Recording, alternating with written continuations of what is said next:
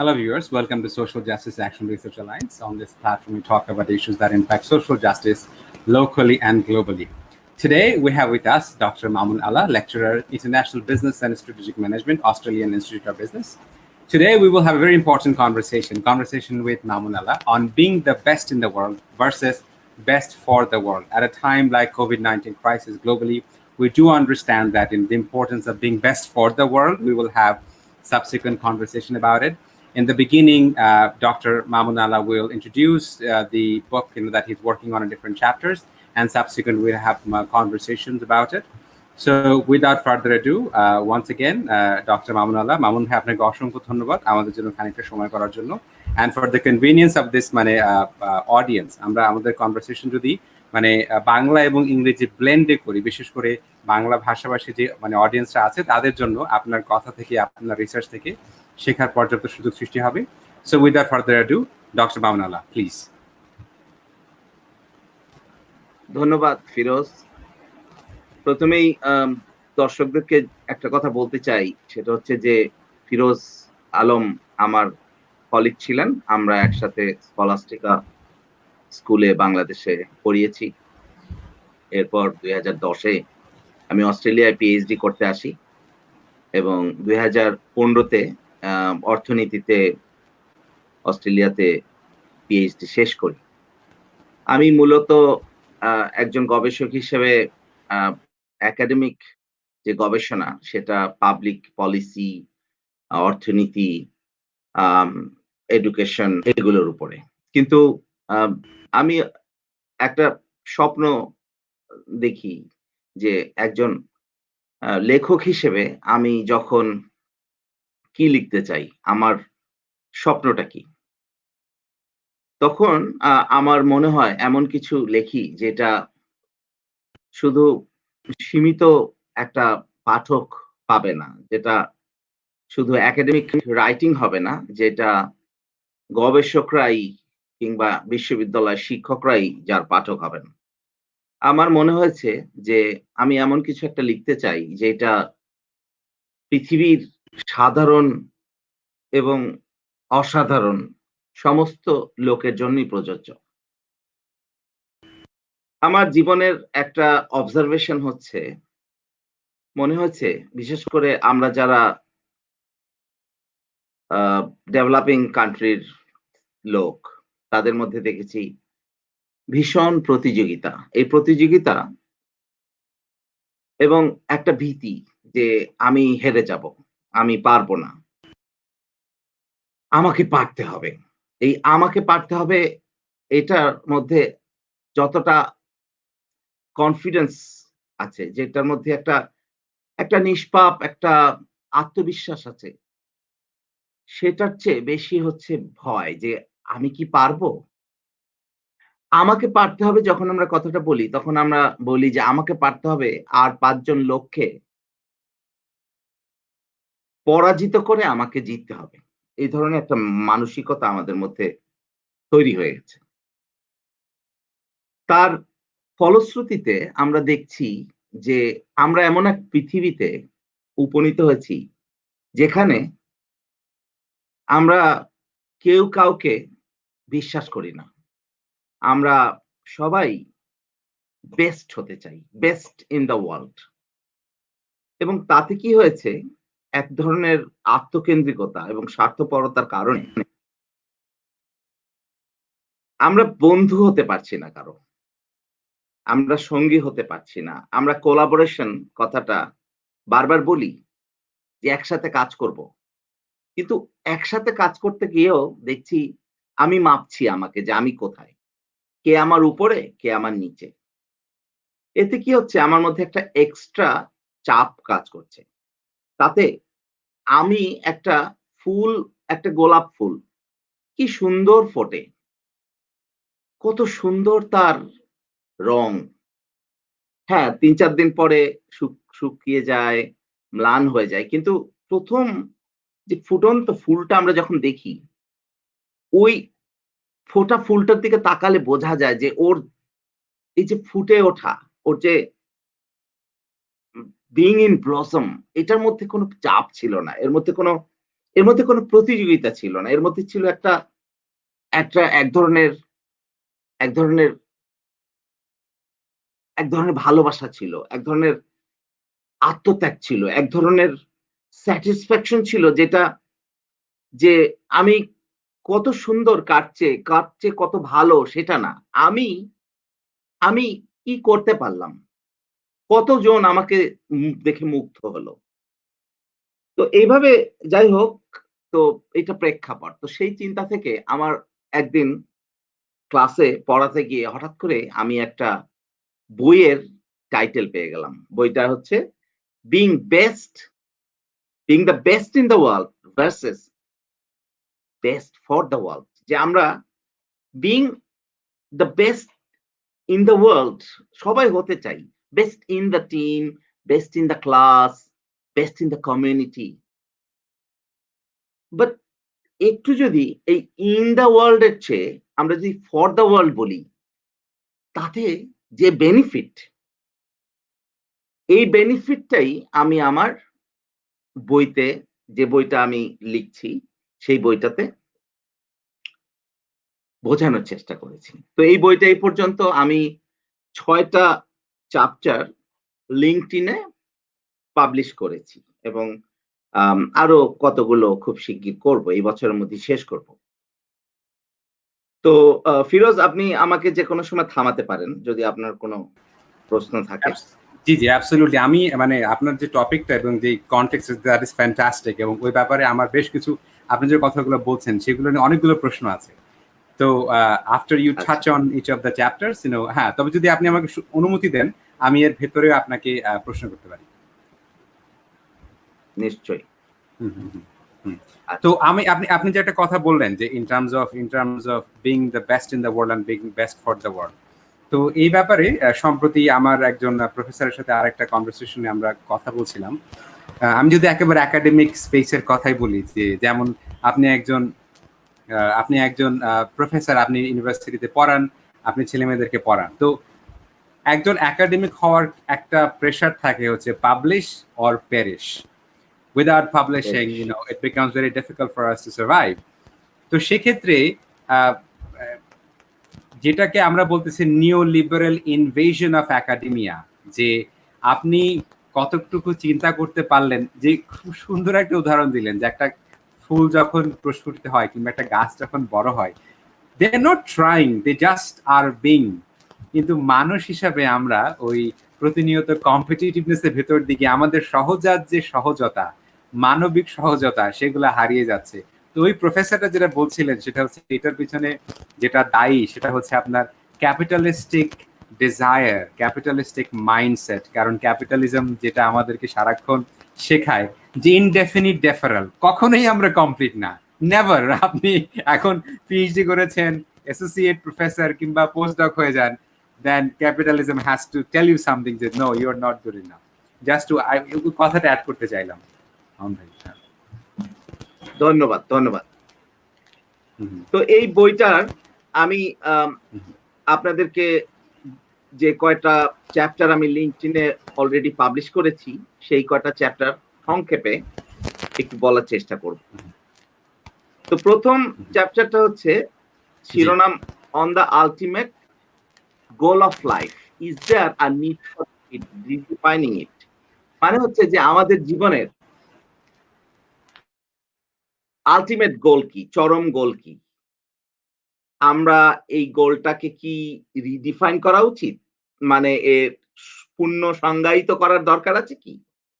তো এই চ্যাপ্টারে আমি লিখেছিলাম যে ভারতের একজন বিখ্যাত এবং বিতর্কিত যিনি ওশো নামে পরিচিত একজন ফিলসফার, শ্রী রজনীশ, উনি একটা কথা বলেছেন, there is no goal, life is its own goal. তো আমরা যখন একটা বাচ্চাকে জিজ্ঞেস করি যে তোমার গোল কি, কেউ বলে ডাক্তার হব, কেউ বলে ইঞ্জিনিয়ার হব, কেউ বলে অনেক টাকা হবে। তো রজনীশ বলেছেন যে না, জীবনের কোনো গোল নেই, জীবন ইটসেলফ হচ্ছে সবচেয়ে বড় গোল। কারণ আজকে বিল গেটসকে যদি বলা হয় যে তুমি মরে যাবে বা তুমি বেঁচে থাকলে একটা কবলার বা একটা সাধারণ শ্রমিক হয়ে বাঁচবে, কোনটা নিবে? আমি নিশ্চিত বিল গেটস বলবে আমি বাঁচতে চাই। তার মানে লাইফ নিজে একটা গোল, সবচেয়ে বড় গোল। এবং এই জীবন যে একটা বড় গোল, এই কথাটা আমি বুঝিয়েছি আমার ১ম চ্যাপ্টারে এবং আমি বলেছি যে, "আরে ভাই, এটা হতে চাও, ওটা হতে চাও? তুমি কি জানো যে এটা কত ছোট একটা গোল তোমার জন্য? তোমার গোল আরো অনেক বড় হতে পারে।" এবং এখানে আমি মাইকেল অ্যাঞ্জেলোর একটা কথা বলেছি, যিনি আম হাই রেনেসাঁ পিরিয়ডের একজন ইটালিয়ান স্কাল্পটর, পেইন্টার এবং পোয়েট অ্যান্ড ফিলোসোফার ছিলেন। যে উনি বলেছেন, "the greater danger for most of us lies not in setting our aim too high and falling short, but in setting our aim too low and achieving our mark." Michael Angelo বলেছেন যে জীবনের সবচেয়ে বড় বিপদ এটা না যে আমরা অনেক বড় গোল সেট করি আর আমরা সেটা পৌঁছতে পারি না। সবচেয়ে বড় ট্র্যাজেডি হচ্ছে আমাদের জীবনে যে আমাদের গোলগুলো এত ছোট আর আমরা ওইটা মিট করে ফেলি। তার মানে হচ্ছে যে আমরা আমাদের potential টা বুঝি না। আমাদের ক্ষমতাটা বুঝি না।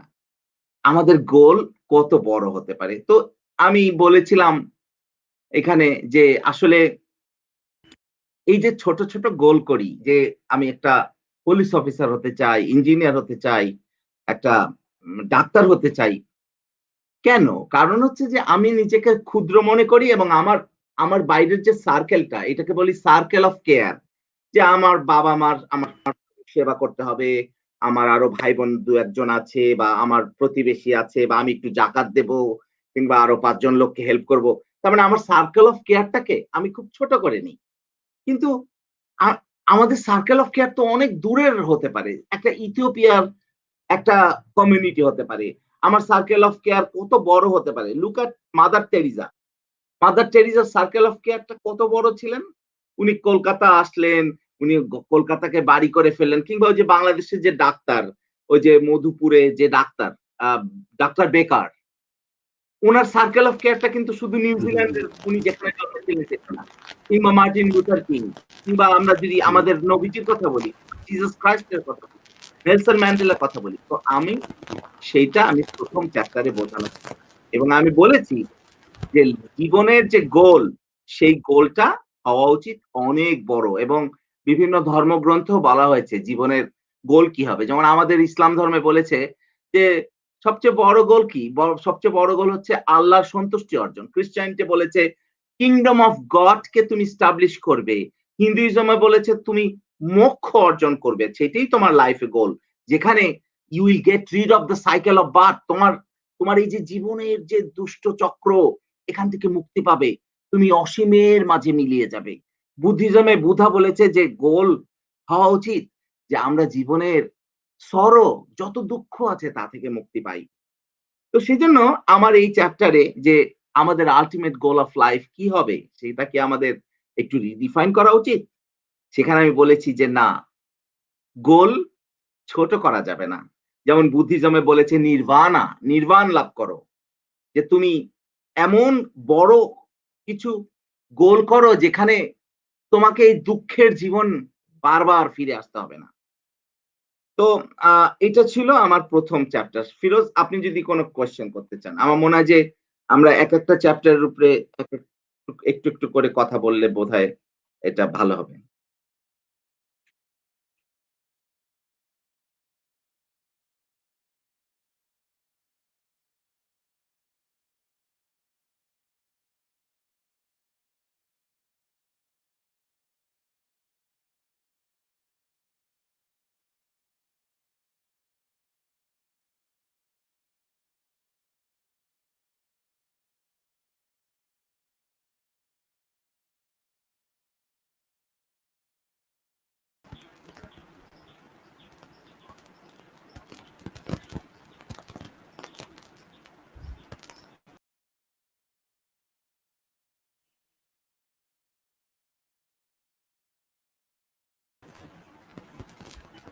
জি মামুন ভাই, আপনি মানে আমাদের কানেকশন একটু মানে হয়ে গেল, মানে আপনি শেষ করেছিলেন যে in terms of circle of care কথাটা শেষ করেছিলেন, দ্য ফার্স্ট থিং। আচ্ছা, হ্যাঁ। তো আচ্ছা, হুম, তো আমার এই সার্কেল অফ কেয়ার, ওই সার্কেল অফ কেয়ার যে কথাটি করলেন, ওই ওই আম, আমরা কি মানে how how should we actually go on, এটা আপনার ফার্স্ট চ্যাপ্টারটা মানে কি আমরা কভার করলাম, শেষ করলাম? হ্যাঁ আমার মনে হয় সেটাই, যে এক একটা চ্যাপ্টার করে তারপরে তার উপরে কোয়েশ্চেন করলে, যেমন আমি ওই যে আমি জানি না যে কখন আমরা সার্কেল অফ কেয়ার পর্যন্ত সংযোগ আমরা হারিয়ে ফেলেছিলাম।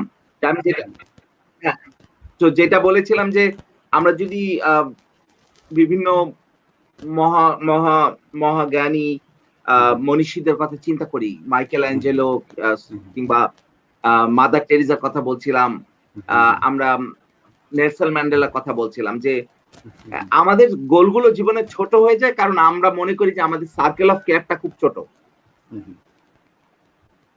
কিন্তু আমরা যদি মনে করি যে সার্কেল অফ কেয়ারটা আমাদের বড়, যেমন sir Fazle Hasan Abed, owner circle of care কিন্তু ওনার পরিবার ছিল না, কিংবা doctor Mohammad Yunus, owner circle of care, কিংবা আমাদের বঙ্গবন্ধু, ওনার সার্কেল অফ কেয়ার কিন্তু ফ্যামিলি ছিল না, ওনার কেয়ার ছিল যে উনি মানে তার কনসার্ন ছিল for wider community. So for example আমার সার্কেল অফ কেয়ার থাকতে পারে যেমন ইথিওপিয়ার যদি কোনো ক্ষুধার্ত লোক থাকে, কিংবা সোমালিয়ার, কিংবা রোহিঙ্গাদের নিয়ে আমার ভাবনা থাকতে পারে। তো আমরা বলছিলাম যে আমাদের গোলটা যখন ডিফাইন করি, প্রথম যে চ্যাপ্টারটা on the ultimate goal of life, is there a need for redefining it? তো আমরা যখন গোলটা ডিসাইড করি লাইফের, একটা কোয়েশ্চেন আমাদের করতে হবে যে আমার এই গোলটা কয়টা লোককে সার্ভ করবে। আমার তো ক্ষমতা অনেক, আমি তো আরো অনেক লোককে লাইফ চেঞ্জ করতে পারি, যেমন প্রফেসর ইউনুস গ্রামীণ ব্যাংকের মাধ্যমে, কিংবা স্যার ফজলে হাসান আবেদ। কোন লোকটা আছে বাংলাদেশে যে তার যে ব্র্যাক দিয়ে হেল্প করে নাই? আমি ব্র্যাকে বিকাশে এখনো টাকা পাঠাই ফর এক্সাম্পল বাংলাদেশ, কিংবা আমি আড়ং এ শপিং করেছি, তার মানে আমার জীবনেও আমি বাংলাদেশে গেলেও আর আড়ং এ শপিং করি করে অস্ট্রেলিয়াতে আসি। তার মানে আমাদের বাংলাদেশের প্রত্যেকটা ধনী গরিব নির্বিশেষে লোকের জীবনকে টাচ করেছেন এই যে স্যার ফজলে হাসান আবেদ। তার মানে ওনার গোল, একটা সিএ হতে পারতো শুধু, চার্টার্ড অ্যাকাউন্টেন্ট, উনি তো খুব ভালো একটা লাইফ ছিল ওনার লন্ডনে, উনি ফিরে আসলেন মুক্তিযুদ্ধের সময়। তার মানে আমি আমার নতুন প্রজন্মকে আমি বলবো যে তোমাদের জীবনটা যখন তুমি আলটিমেট গোল সেট করছো, আমি ডাক্তার হব, আমি ইঞ্জিনিয়ার হব, আমি ওই হব সেই হব, একটু চিন্তা করো যে তোমার ওই গোলটা ছোট হয়ে যাচ্ছে কিনা, এই গোলটাকে আরো বড় হতে পারে। আর গোলটা বড় হতে গেলে তোমার মনটাকে আরো অনেক বড়, তোমার সার্কেল অফ কেয়ারের মধ্যে আরো অনেক লোককে নিয়ে আসতে হবে, সেইটা আমি বলার চেষ্টা প্রথম চাপ। আচ্ছা, আমি এখানে মানে অ্যাজ আ ডিসকাসেন্ট আমি কতগুলো জিনিস মানে অ্যাড করি, এন্ড তারপরে উই ক্যান অলসো হ্যাভ মানে further question and further conversation dialogue. আপনি যে কথাটা প্রথমে বললেন, and we can go to the other chapter. Next chapter, জি জি।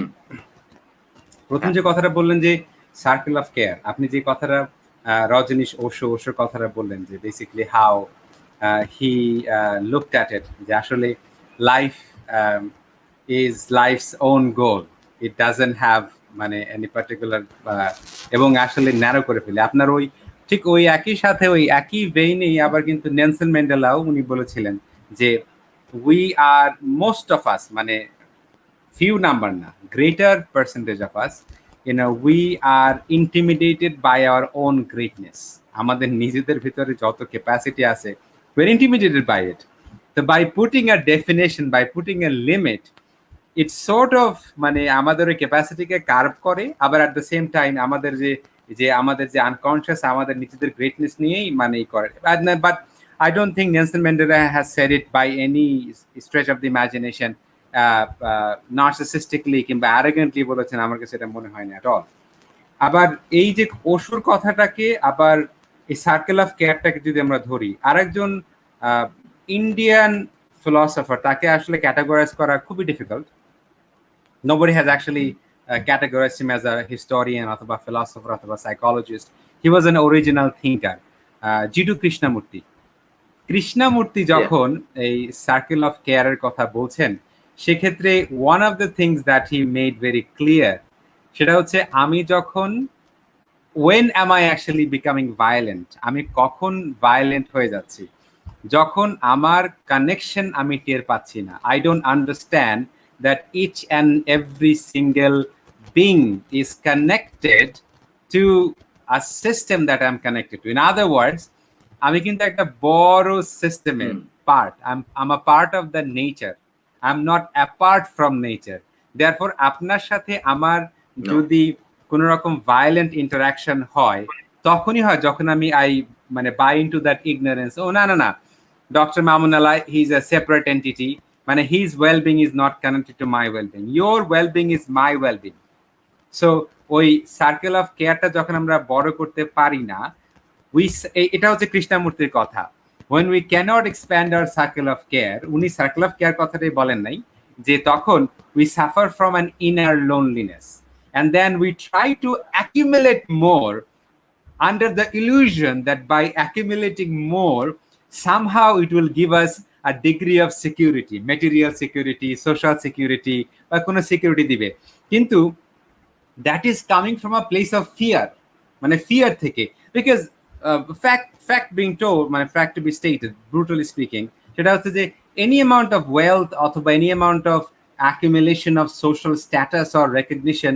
can never give us any security of life যেটা আপনার বুদ্ধিস্ট ফিলসফাররা বলে মানে living in full catastrophe আপনি যত ভালো পরিস্থিতিরই থাকেন না কেন in a snap second everything can crumble and can fall তো ওই আমাদের internal ego gives us an illusion as if we have a capacity on our circumstances and then we try to accumulate and gather এই কথাটা আবার আপনার Marxist psychologist আপনার psychoanalyst Eric from বলেছেন যে আসলে আমরা আসলে নো লঙ্গার যে কথাটা বললেন যে আমরা ডিফাইন কেন করতেছি আমাদের ভেতরের যে সেলফটা এটা ডিফাইন কেন করতেছি বিকজ আমরা যদি হিউম্যান বিং এর কথা বলি the very definition of human being requires us to be unfolding each and every single second. If you think about the pattern of human consciousness, who you are as a person, you don't know. I don't know what is the next sentence I'm going to say. I don't know. So my unconsciousness is actually unfolding second by second, minute by minute. And therefore, it is impossible for me to actually define myself. So in a context like this, আমরা যখন আমাদেরকে এই জায়গায় define করি that comes from our ignorance, that comes from our limitation of the মানে understanding, and which makes us ambitious, competitive. এবং যে কথাটা Krishnamurthy has said it very strongly asserted that you can't be ambitious, you can't be competitive at the same time you claim that you're compassionate, because compassion and competitiveness cannot coexist. As a matter of fact, when I am competitive, my capacity to be compassionate ceases to exist. Now, what is your thought on that, Naun Bhai? Yes, you actually inspired me to explore more about যে কৃষ্ণমূর্তি এবং আমি ওই কথাটা তোমার সঙ্গে একমত যে fear is inbuilt in us এবং এইটার একটা বড় কারণ হচ্ছে যে আমরা যে সমাজে বসবাস করি সেই সমাজ আমাদেরকে খুব আত্মকেন্দ্রিক গোল সেট করতে উৎসাহী করে Absolutely. So I can add this thing to what you are saying. Exactly. এবং ওটা ইভেন্চুয়ালি আমাদের তো আমরা এখন যে আমরা নেক্সট চ্যাপ্টারে চলে যাই না হ্যাঁ থ্যাংক ইউ তো আমার নেক্সট চ্যাপ্টারটা হচ্ছে it is your light that lights the world, lesson from Rumi on self-worth and self-esteem. আমি মৌলানা জালালউদ্দিন রুমির একজন ভক্ত এবং ওনার একটা কোট আছে সেই কোটটা আমি এক্সপ্লেইন করেছি এখানে এই চ্যাপ্টারে যে কোটটা হচ্ছে, ডোন্ট ইউ নো ইয়েট, তুমি কি জানো না, it is your light that lights the world. তোমার আলো দিয়েই তো পৃথিবী আলোকিত হয়। তো এই যে কথাটা যে আমার আলো দিয়ে পৃথিবী আলোকিত হয়, তার মানে হচ্ছে যে তাহলে আমি কে? আমি একজন খুবই মূল্যবান একজন ব্যক্তি। তো আমি এই চ্যাপ্টারে বলার চেষ্টা করেছি যে সবাইকে নিজের মূল্যটা বুঝতে হবে, এবং এই মূল্যটা আমরা অনেক সময় বুঝি না। মূল্যটা ক্লাসের রোল নাম্বার দিয়ে বোঝা যায় না। কার কত টাকা আছে, কার কয়টা ডিগ্রি আছে, সেটা দিয়ে বোঝা যায় না। নিজের মূল্যটা প্রথমে নিজেকে দিতে হবে, এবং যে এটা বুঝবে সে কি পাবে? সে শান্তি পাবে। কারণ আমাদের জীবনে কিন্তু আমরা কিন্তু শান্তি চাই। সবচেয়ে বড় চাওয়া হচ্ছে জীবনের শান্তিটা। একটা রিক্শাওয়ালা শান্তি চায়, একটা কোটিপতি শান্তি চায়। এই শান্তিটা কে পেল তার উপর ডিপেন্ড করে। এখন শান্তি, তোমার শান্তিকে তুমি পেলে কিনা এটা তো তোমাকে বুঝতে হবে। এটা বুঝতে গেলে দরকার হচ্ছে যে again, don't compare yourself with others. তুমি পজিটিভ থাকো, রিল্যাক্স থাকো, নিজেকে সিকিউরড, দুর্বল ভেবো না, সিকিউরড মনে করো, কনফিডেন্ট হও। এবং রুমি এই কথাটাই বলেছেন যে Rumi indicates that we are all born with light within. আমরা সবাই আলো নিয়ে জন্মেছি, এই আলোটাকে আমাদেরকে বের করতে হবে, আলোকে কাজে লাগাতে হবে। এবং আরেকটা জিনিস রুমি বলেছেন যে তোমাকে তোমার জীবনের কন্ট্রোল নিতে হবে। তোমার কন্ট্রোল তোমার নিজের কাছে। তা এই জন্য তুমি যদি মনে করো যে তুমি গান গাইতে ভালোবাসো, গান গাও। তোমার যদি লেখক হতে ইচ্ছে করে, লেখক হও। তোমার যদি ফটোগ্রাফি করতে ইচ্ছে করে, ফটোগ্রাফি করো। তোমার ডিসিশনস লাইফের ইউ কন্ট্রোল। অফকোর্স এই ডিসিশন গুলো নিজেকে যেন উপকার করে। সেলফ কেয়ার করো, ধ্বংস করো না নিজেকে। গাঁজা খেয়ে, নেশা করে, ইয়াবা খেয়ে, ওইটা আবার এক ধরনের freedom. No, don't do that. Power, ওগুলোতে তো পাওয়ার থাকবে না। তোমাকে পাওয়ার চলে যায় তোমার, এমন কিছু করো না।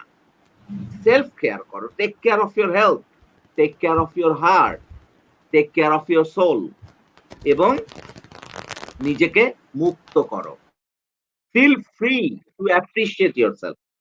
নিজের গুণগুলো দেখো, নিজেকে অনেক পাওয়ারফুল ভাবো, দেখবে একদিন you will be a star.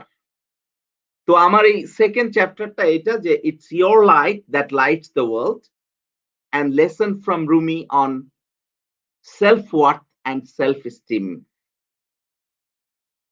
Worth, আত্মমূল্য, and self esteem, কি বলবো, নিজের আত্মমর্যাদা, এইটা বুঝতে হবে, এবং নিজের জীবনের কন্ট্রোলটা নিজের হাতে নিতে হবে, ভয় শূন্য হতে হবে। এই লাস্ট একটা কথা আমি বলতে চাই।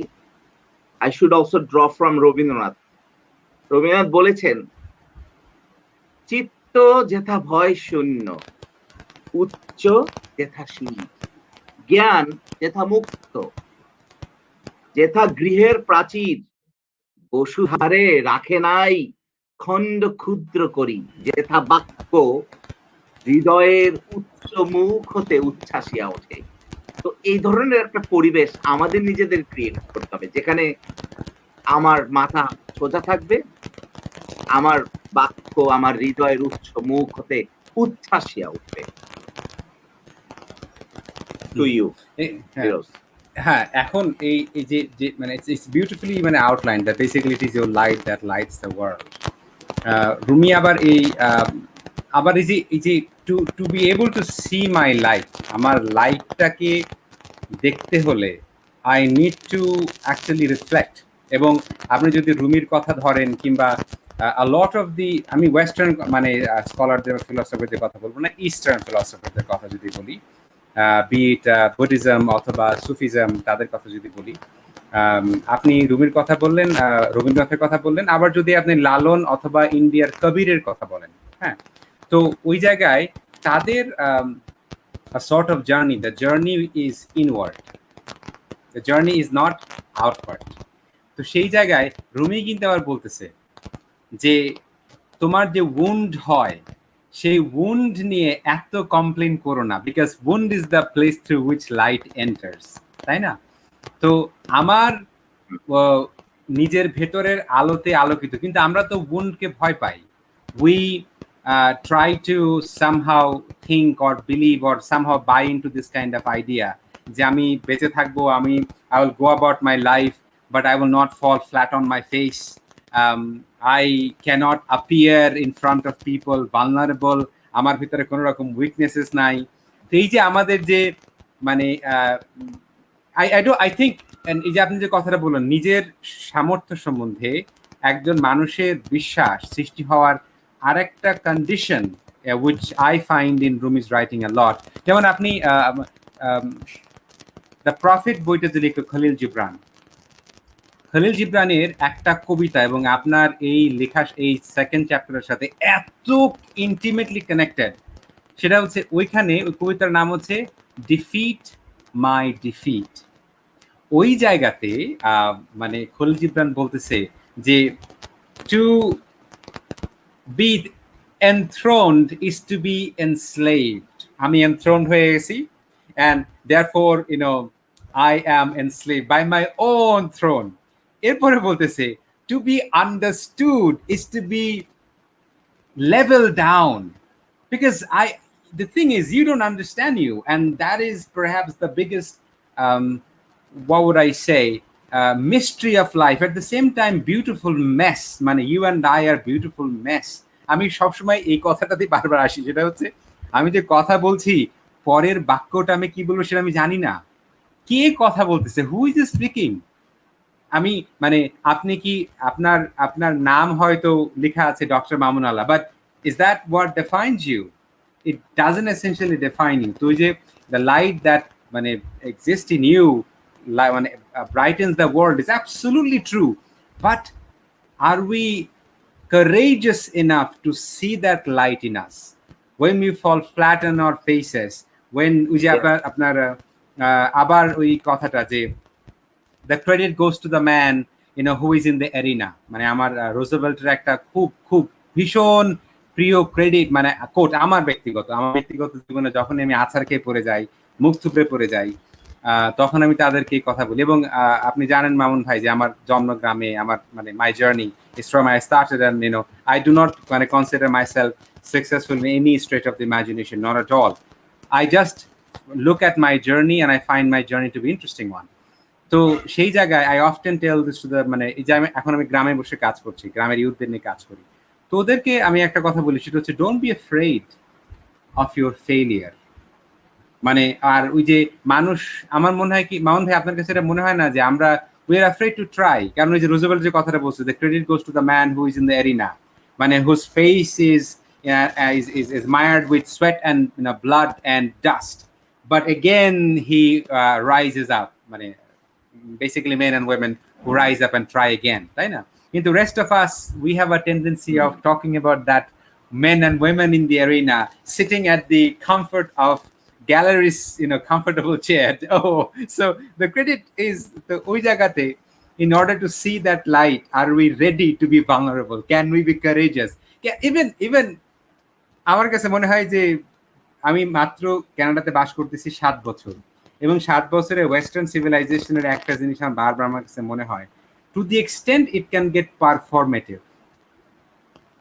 to the extent in the mask of professionalism, the authenticity of who we are can get masked. What is your view on that?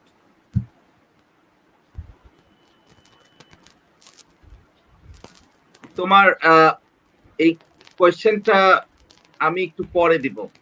জি জি, আচ্ছা ঠিক আছে। আমার মনে হয় যে আমার এই পরবর্তী চ্যাপ্টারটার সঙ্গে কাছ থেকে কিছুটা হলেও এটার জবাব পাওয়া যাবে। জি জি, ইনশাআল্লাহ। মামুন ভাই, নেক্সট চ্যাপ্টার।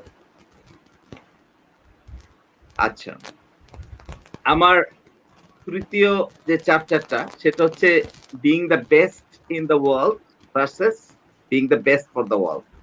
মানে এই বইটার শিরোনামের যে চ্যাপ্টারটা, তো সেখানে আমি একটা কথা বলেছি যে ধরো তুমি ভাবো যে তুমি একটা টিমের মেম্বার যেখানে ৩ জন লোক আছে এবং ইউ পারফর্ম বেটার দ্যান আদার 2।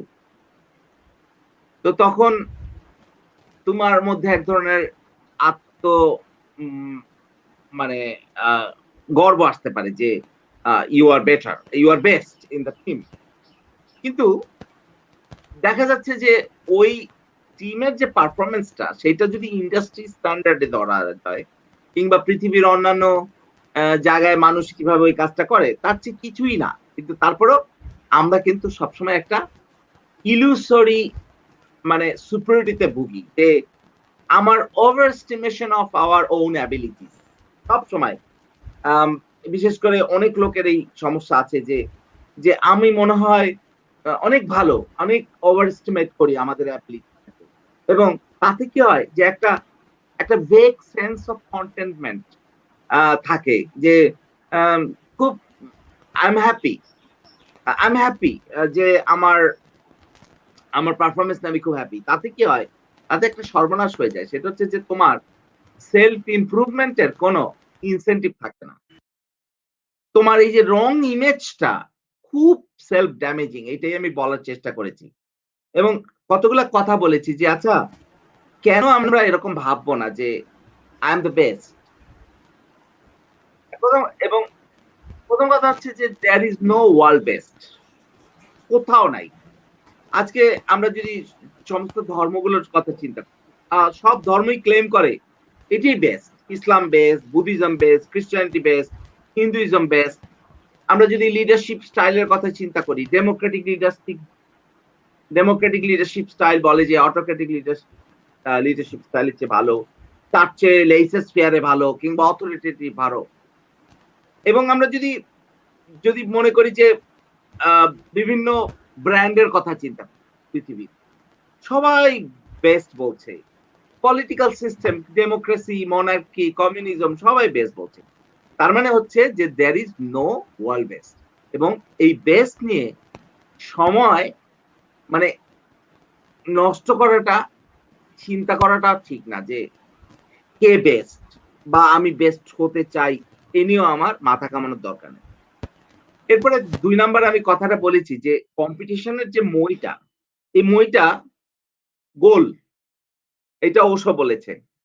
তুমি দেখবে যে সবসময় নিচের দিকে তাকিয়ে দেখবে একজন তোমার চেয়ে নিচে আছে এবং দেখে তোমার একটা ভীষণ সেন্স অফ সিকিউরিটি হবে, নিজেকে মনে হবে আরে বাবা আমি তো অনেক মানে ভালো, ওই ওই লোকটা আমার নিচে আছে। হ্যাঁ, এবং এরপরে দেখবা যে তুমি উপরের দিকে তাকায় দেখবে আরে ও তো আমার উপরে আছে, তখনই মনটা খারাপ হয়ে যাবে। এখন ওশো বলেছে যে যদি তোমার সাহস থাকে, jump out of that circular ladder, বেরিয়ে আসো, বেরিয়ে আসো, দেখবে খুব ভাল লাগবে। কেউ নিচেও নাই, কেউ উপরেও নাই, তুমি তুমিই আছো। Then you focus on your self improve. Third একটা জিনিস, should I always play to win? আরে আমার কি খেলবো সবসময় জেতার জন্য? সব জায়গায় হার জিত কথাটা থাকবে না। হার জিত ছাড়া, হার জিতটা বাদ দিয়ে দেই, কম্পিটিটিভ মাইন্ডটা বাদ দিয়ে দিই, দিয়ে আমি কি করি, সবাই আমরা জিতি না একসাথে, সবাই সবাইকে হেল্প করি অ্যাচিভ করার জন্য এবং একজন আরেকজনকে ইন্সপায়ার করি। এরপরে বলেছি a competitive mind is overwhelmed with the fear of loss. তোমার যদি কম্পিটিটিভ মাইন্ড থাকে, প্রবলেমটা কি, যেটা আমরা বারবার বলে এসেছি যে তোমার একটা সবসময় মনে হবে আহা আমি যদি না পারি, ফিয়ার। ফিরোজ তুমি যে কথাটা বলছিলা এবং জিড্ডু কৃষ্ণমূর্তিকে তুমি আমার সঙ্গে ইন্ট্রোডিউস করেছিলে, নট ফিজিক্যালি। তারপরে আমি অনেক সময় কাটিয়েছি যে কে কৃষ্ণমূর্তিকে এক্সপ্লোর করার জন্য। এই যে ফিয়ারটা খুব খারাপ জিনিস আমাদের সমাজে। এই যে মা বাচ্চাকে ভাত খাওয়ায়, বলে কি ভাত খাও, তা নাহলে ভূত আসবে। খুব খারাপ জিনিস কিন্তু ভয়। তারপরে এই যে ছোট ছোট বাচ্চাদের আমি দেখি ক্লাস 4-5 বছর বয়স মাথার মধ্যে হিজাব লাগায় দেয় মেয়েদেরকে। তার মানে তার মধ্যে কিন্তু ভয় ঢোকানো হচ্ছে। কিংবা বাচ্চাদের কবরের আযাবের গল্প বলতেছে, ঘুমাইতে পারে না অনেক বাচ্চা যে কবরে কিভাবে থাকবে। আরে ভাই, একটা 5-6 বছর, 7 বছর, 8 বছরের বাচ্চা ও যদি কবর আযাব নিয়ে চিন্তা করে, ওর পরীক্ষার অ্যাসাইনমেন্ট নিয়ে কি চিন্তা করবে, ওর লেখাপড়া নিয়ে কি চিন্তা করবে, ও সায়েন্স, কমার্স, আর্টস নিয়ে কি চিন্তা করবে। এত ভয়, এই যে ধর্মের ভয়, সমাজের ভয়, লোক লজ্জার ভয়, ভূতের ভয়, এই কম্পিটিশন আর একটা ভয়। সরি। তো আমরা বলছি যে কম্পিটিটিভ মাইন্ড ছেড়ে দাও, অনেক ভয় কমে যাবে। লাস্ট একটা কথা বলেছি, হ্যাঁ, being the best for the world ভালো, কিন্তু এত সোজা না। এটা কারেজ লাগবে কিন্তু, কারণ সারা জীবন বাপ দাদা সবাই শিখিয়েছে তোমাকে বেস্ট হতে হবে। আমি বলছি আমি বেস্ট হব, but not for myself, for the world. তাহলে কি করতে হবে? তোমাকে রুল ভাঙতে হবে, তোমাকে কোয়েশ্চেন করতে হবে, তোমাকে অনেক লোক দেখবে অখুশি হয়ে যাবে, এবং তোমাকে এই কারণে অনেক সাহসী হইতে হবে। এবং এটা লাস্ট লাইন হচ্ছে, being the best also requires mastery of selflessness and a habit of being concerned with others. তোমাকে আত্মত্যাগ মাস্টার হইতে হবে এবং অন্যের জন্য তোমাকে কেয়ার করতে হবে। এবং কেন? কারণটা কি?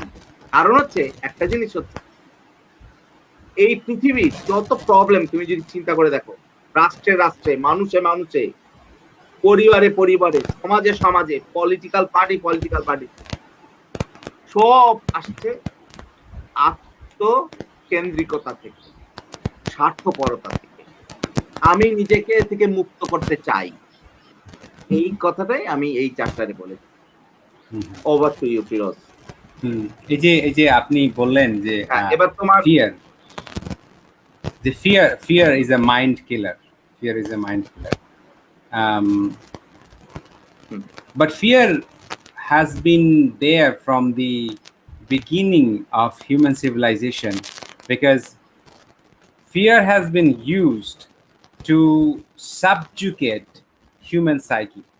Manush mane, one of the amazing things about human beings that human beings are thinking beings. Human beings are talking beings. এই যে থিঙ্কিং, টকিং, ইমাজিনিং একটা বিং, দেয়ারফোর তাদের মনে কোয়েশ্চেন জাগবে, তাদের মনে অনেক ধরনের কিউরিওসিটি জাগবে। সেটা তো you and I both agree one thing for sure, that it is very hard to indoctrinate and control educated mind. আমি কিন্তু educated mind bolte oi mind bujhane je mind kotogula information jane. I would say there is a very remarkable difference between an indoctrinated mind and an educated mind. They're very different. So question mane ei byapare amar not addition mane to you, how would you say je kotha bollen je to live selflessly, you know, to live to be best for the world, it needs a lot of courage. How do we actually tackle with fear? ফিয়ারটা আমি tackle করবো কিভাবে? আমি ছোটবেলা থেকে আমাকে condition করা হয়েছে, মানে আমাকে পরীক্ষা ফার্স্ট হতে হবে, মানে সবচেয়ে বড় অ্যাপার্টমেন্টটা কিনতে হবে, ইত্যাদি ইত্যাদি। But and that fear is part of my programming. আমার মনের একেবারে গভীরের প্রোগ্রামিং হয়ে গেছে fear. How do I tackle it? Okay, এই কোশ্চেনের খুব সুন্দর একটা জবাব আমি দিতে পারি। সেটা হচ্ছে যে আমরা নিজেকে জিজ্ঞেস করি না যে ফিয়ার দিয়ে আমি কি পেয়েছি, এই পর্যন্ত ফিয়ার দিয়ে আমি কি পেয়েছি, কিছু কি পেয়েছি? ফিয়ার দিয়ে কি আমার মা অসুস্থ, এখন আমি খুব ফিয়ারে আছি, ফিয়ার দিয়ে কি আমার মায়ের রোগ ভালো হয়েছে? No, not at all, not at all. Fear দিয়ে কি আমি পরীক্ষায় পাস করেছি? ফিয়ার দিয়ে পাস করিনি, আমি পাস করেছি ভালো মতো পড়াশোনা করে। তো ফিয়ার দিয়ে যে জিনিস কোনো কাজে লাগে না সেই জিনিস ফেলে দিতে হয়। যেমন আমি একজন ওই যে সাতগুরু ওনার একটা ভিডিও আছে, ওখানে বলছে যে আমরা মনে মনে হরর ফিল্ম বানাই। আমার যদি চাকরি চলে যায় তাহলে আমি আমার মর্টগেজ কি করে দিব, তাহলে আমার এই লোকজন কি বলবে, তাহলে আমার ওয়াইফ আমাকে কি বলবে। মানে আমি কিন্তু হরর ফিল্ম বানাই ফেলছি অলরেডি, অথচ চাকরি কিন্তু আমার যায় নাই গত 2 বছর। আর আমি অন্তত 5-6 বার এরকম ইমাজিন করছি, আচ্ছা আমার যদি চাকরিটা চলে যায় আমি কেমনে চলবো, তাহলে কি আমাকে উবার চালাইতে হবে, নাহলে কি করতে হবে। মানে জাস্ট একটা উদাহরণ দিলাম, চাকরি কিন্তু যায় না। তো ওই সাদগুরু যেটা বলেছেন যে আরে ভাই হলিউডে হরর ফিল্ম বানিয়ে ওরা মিলিয়ন মিলিয়ন ডলার কামায়, তুমি যে হরর ফিল্ম গুলো বানাচ্ছ তুমি একমাত্র মেকার, তুমিই দর্শক, এবং you are not getting any money. So এই অলাপ বাণিজ্য করব কেন? এবং সবচেয়ে বড় কথা আবার বলতে হয় যে আরে ভয়টা কিসের? কারণ আমার জীবনে সবচেয়ে মূল্যবান হচ্ছে জীবন। যতক্ষণ শ্বাস আছে ততক্ষণ আশ আছে। এই যে আমাদের লোককথা, যতক্ষণ শ্বাস ততক্ষণ আশ। মানে আমার যতক্ষণ নিঃশ্বাস আছে ততক্ষণ আমার আশা আছে। আমার মনে হয় যে আমাদের যে, আমি একটু অন্য অফ ট্র্যাকে একটা কথা বলছি যে আমি সেদিন একটা আলোচনা শুনছিলাম যে ওয়েলস, এই যে ইংল্যান্ডের ওয়েলসের ফোকলোর, মানে উপকথা, উপকাহিনী, আমাদের যেমন লালন সংগীত অনেক কিছু আছে, এগুলো নিয়ে গবেষণা হচ্ছে। কেন? কারণ রিসার্চাররা দেখছেন যে ওই ফোকলোরের মধ্যে কনফ্লিক্ট রিজলিউশন করার যে সমস্ত ইনসাইটস আছে, মানে মানুষের মধ্যে গন্ডগোল মেটানোর যে সমস্ত সূক্ষ্ম সূক্ষ্ম বুদ্ধিগুলো ওই সেই ৩০০-৪০০ বছর আগেকার গ্রাম্য সাহিত্যের মধ্যে আছে, যেটা আধুনিক কনফ্লিক্ট রেজুলেশনের যে থিওরি তার মধ্যে নাই। আমার মনে হয় যে আমরা অ আসলে ইগনোর করছি। কিন্তু আমাদের যে বাংলার যে প্রাচীন সাহিত্য, ওর মধ্যেও যে কত মোটিভেশনাল কত কথা আছে, হ্যাঁ? সেগুলো কিন্তু একটু দেখা উচিত যে আমাদের মুরুব্বিরা কি বলে গেছেন। যে জীবন কত সহজ হতে পারে। হ্যাঁ? এই আরকি। আমরা একটু অন্য লাইনে চলে গেছিলাম। তো তুমি তোমার কোয়েশ্চেনটা, এই যে ফিয়ার এর কোয়েশ্চেনটা, we I cannot hear you.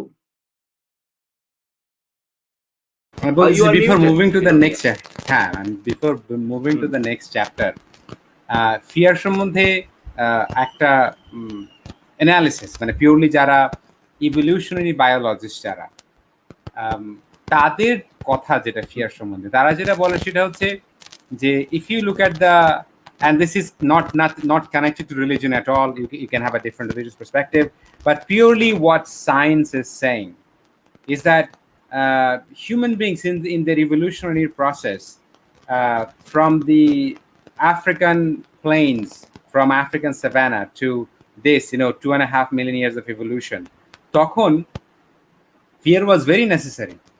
কারণ if I didn't have the fear, I would not respond to the imminent threat that is lurking around me all the damn time. It was like either you hunt or get hunted. Either you actually find some dinner or become dinner to some other praise and risks. কিন্তু এখন তো আমরা we don't live in African savanna, we don't live in the ওই জায়গাতে করি না। কিন্তু মানুষের ব্রেইন যে 25 লক্ষ বছর ধরে যে ইভলভ করছে, মানুষের যেটা হচ্ছে আপনার প্রিমিটিভ ব্রেইন, আমার এটা তো প্রিফ্রন্টাল কর্টেক্স একদম নতুন ব্রেইন, যেটা হচ্ছে রেপটিলিয়ান ব্রেইন, সেই ব্রেনে যেটা ফিয়ার সেন্টার যে অ্যামিগডালা, এইটা অপারেট করে অলমোস্ট, মানে এক্স্যাক্ট লাইট স্পিডে না, almost at the speed of light, যেখানে মানে the unconscious process is overly driven by fear.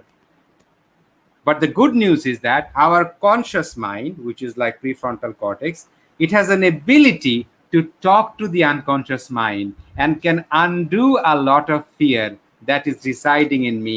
And that is why Rumi, Kabir, Lalon, all this, people, when they tell us to take a journey inward, and if you see in the tradition, the of wisdom tradition, the one commonality is that these wise men and women, they spend a lot of time by themselves in their own company to understand us. সেটা তো আবার আপনি প্রথমেই বললেন যে in a hyper মানে competitive capitalize society সেটা কিভাবে সম্ভব, আই ডোন্ট নো। আচ্ছা, if we move to the next chapter, আল্লাহ ভাই। তবে তার আগে আমি আরেকটা কথা বলি যেটা আসলে না বললে একটু অন্যায় করা হবে। তুমি কানাডাতে একটা উন্নত বিশ্বে বাস করেছো, তোমার এক ধরনের নিরাপত্তা আছে। আমি অস্ট্রেলিয়াতে থাকি, আমার যদি চাকরি চলে যায় আমাকে ওই চালিয়ে নেবে গভর্নমেন্ট। That's right.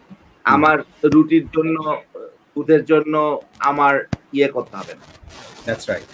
বা আমি চিকিৎসা পাবো। কিন্তু আমরা আসলে এই কথাগুলো যখন বলি যে ভয় থাকবে না, লাইফ পজিটিভ হওয়া উচিত, একটা বাংলাদেশের আমাদের জীবনের কথা চিন্তা করি যে আমাদের বাংলাদেশের জন্য কিন্তু জীবনটা আরো কঠিন। যেমন আমার মনে আছে যে আমাকে একবার বলেছিল যে তুমি এগুলো অ্যাটেস্টেড করাই নিয়ে আসো, এই কাগজগুলো।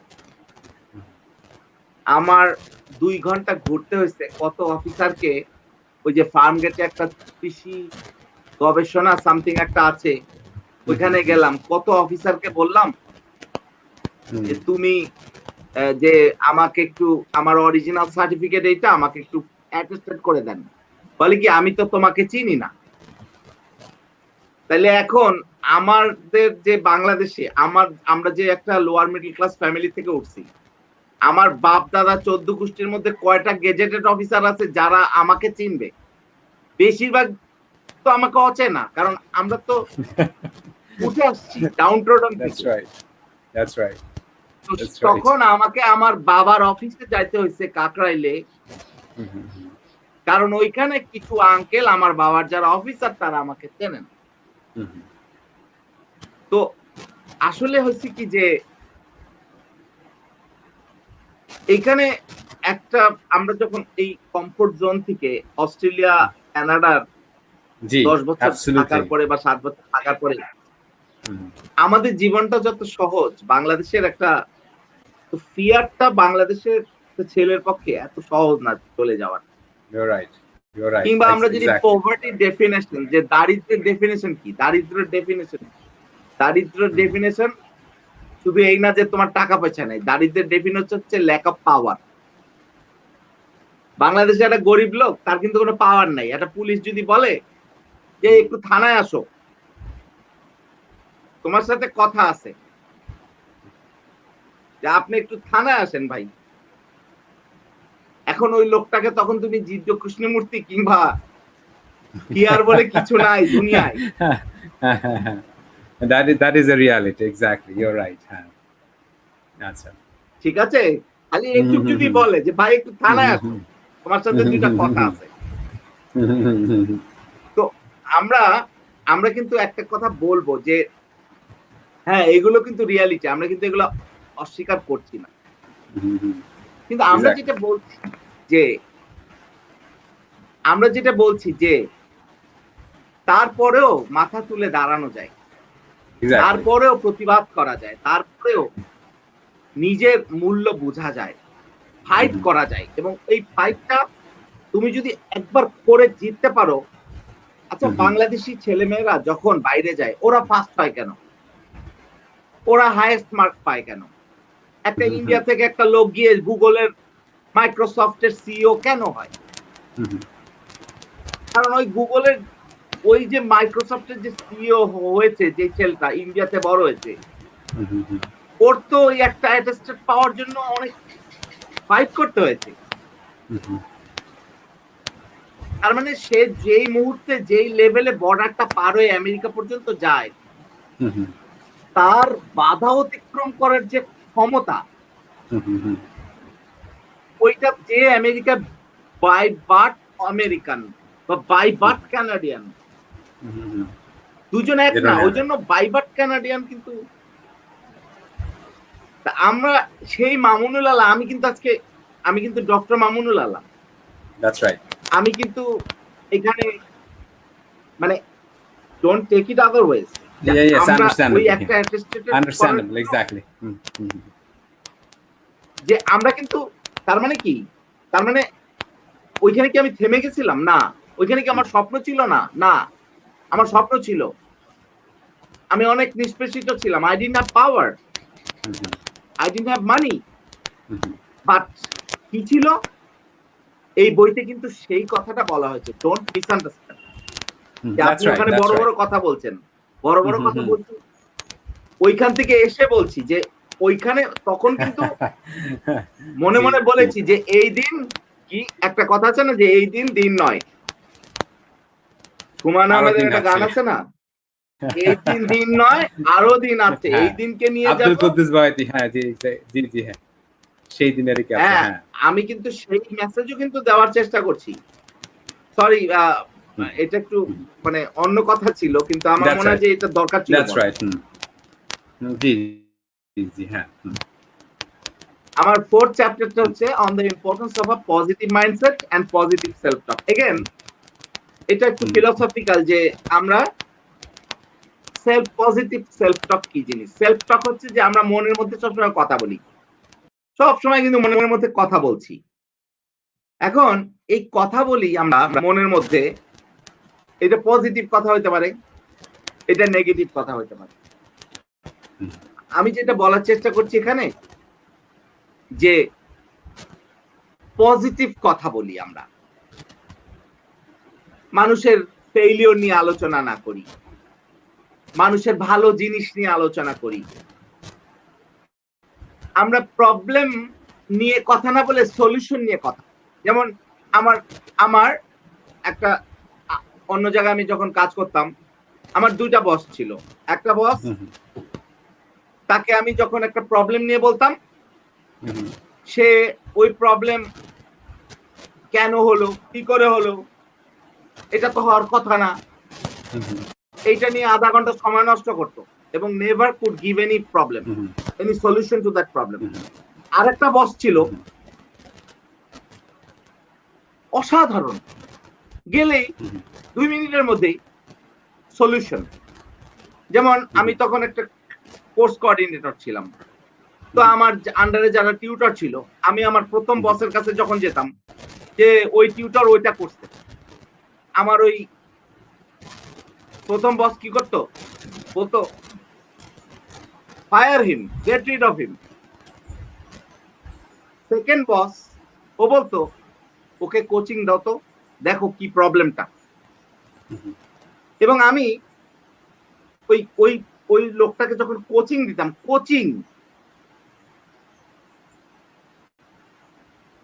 তাকে দেখতাম যে সে পরের সেমিস্টারে বেস্ট স্টুডেন্ট ইভ্যালুয়েশন স্কোর পেয়েছে। that's right. আর আমি যদি আমার ১ম বসের কথা শুনে বলতাম হুম, ওই একটা কথা গেলেই, ওই হুম, টিউটর তো ভালো না বস, এই fire him, get rid of him. Hmm, তাহলে এই পজিটিভ মাইন্ডসেটটা হচ্ছে এই ধরনের জিনিস যে ডোন্ট ডিসকার্ড। একটা লোক একটা খারাপ, একটা দুর্বল, একটা নেগেটিভ, না, পজিটিভটা দেখো ওর মধ্যে। পজিটিভ মাইন্ডসেট হচ্ছে এরকম একটা জিনিস। হুম, এটা জীবনের সর্বক্ষেত্রে দরকার আছে। যেমন আমরা অনেকে ধর্মকর্ম করে না।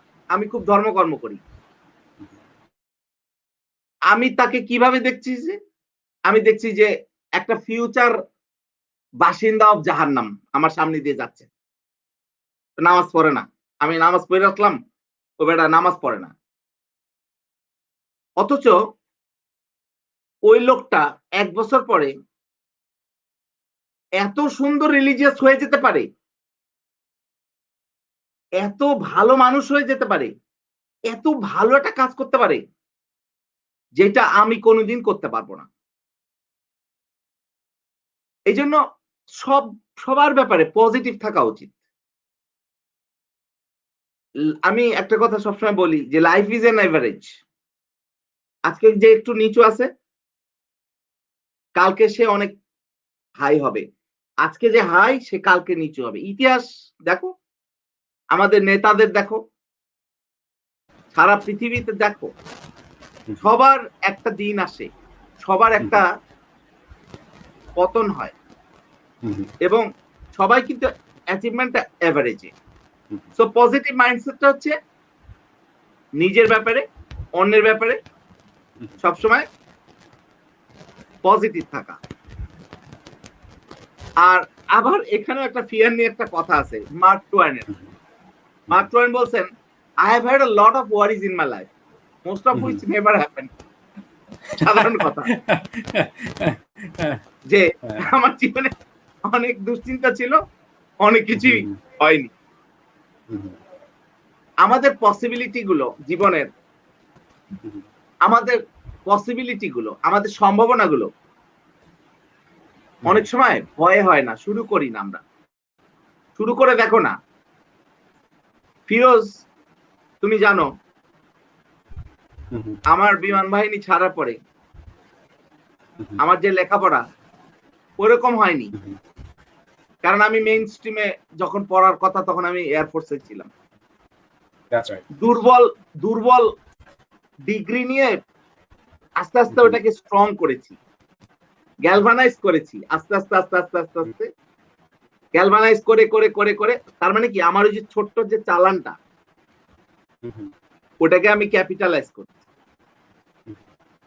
ক্যাপিটালাইজ করে একটু একটু করে। তুমি যে ইউনিভার্সিটিতে পড়েছো, ঢাকা ইউনিভার্সিটি থেকে অনার্স মাস্টার্স ভালো ভালো স্কুল থেকে পড়াশোনা করে অনেকে কিন্তু জীবন থেমে গেছে। তুমি হয়তো মফস্বল, তুমি গ্রামে পড়েছো বা মহকুমা শহরে, হ্যাঁ গ্রামে, জি মানে একদম একদম গ্রামে লেখাপড়া করেছি। এবং নাম করা হয়তো বাংলাদেশের তথাকথিত বিশ্ববিদ্যালয়েও হয়তো তুমি পড়ার ওরকম সুযোগ পাওনি প্রথম দিকে, কিন্তু তারপরে তুমি এমন জায়গায় গিয়েছো, তার মানে তোমার ওই যে গ্রামের স্কুল কিংবা ওই যে বিশ্ববিদ্যালয় বা ওই ডিগ্রি, ওদেরকে তুমি কিন্তু you have been positive with them, তুমি খুব ভ্যালু দিয়েছো এবং ওই ভ্যালু দিয়ে ওইটাকে তখন তুমি নিজে ভ্যালু দিয়েছো বলে that has been really valuable to you, এবং ওইটা তোমাকে জীবনে অনেক কিছু অ্যাচিভ করতে পেরেছে।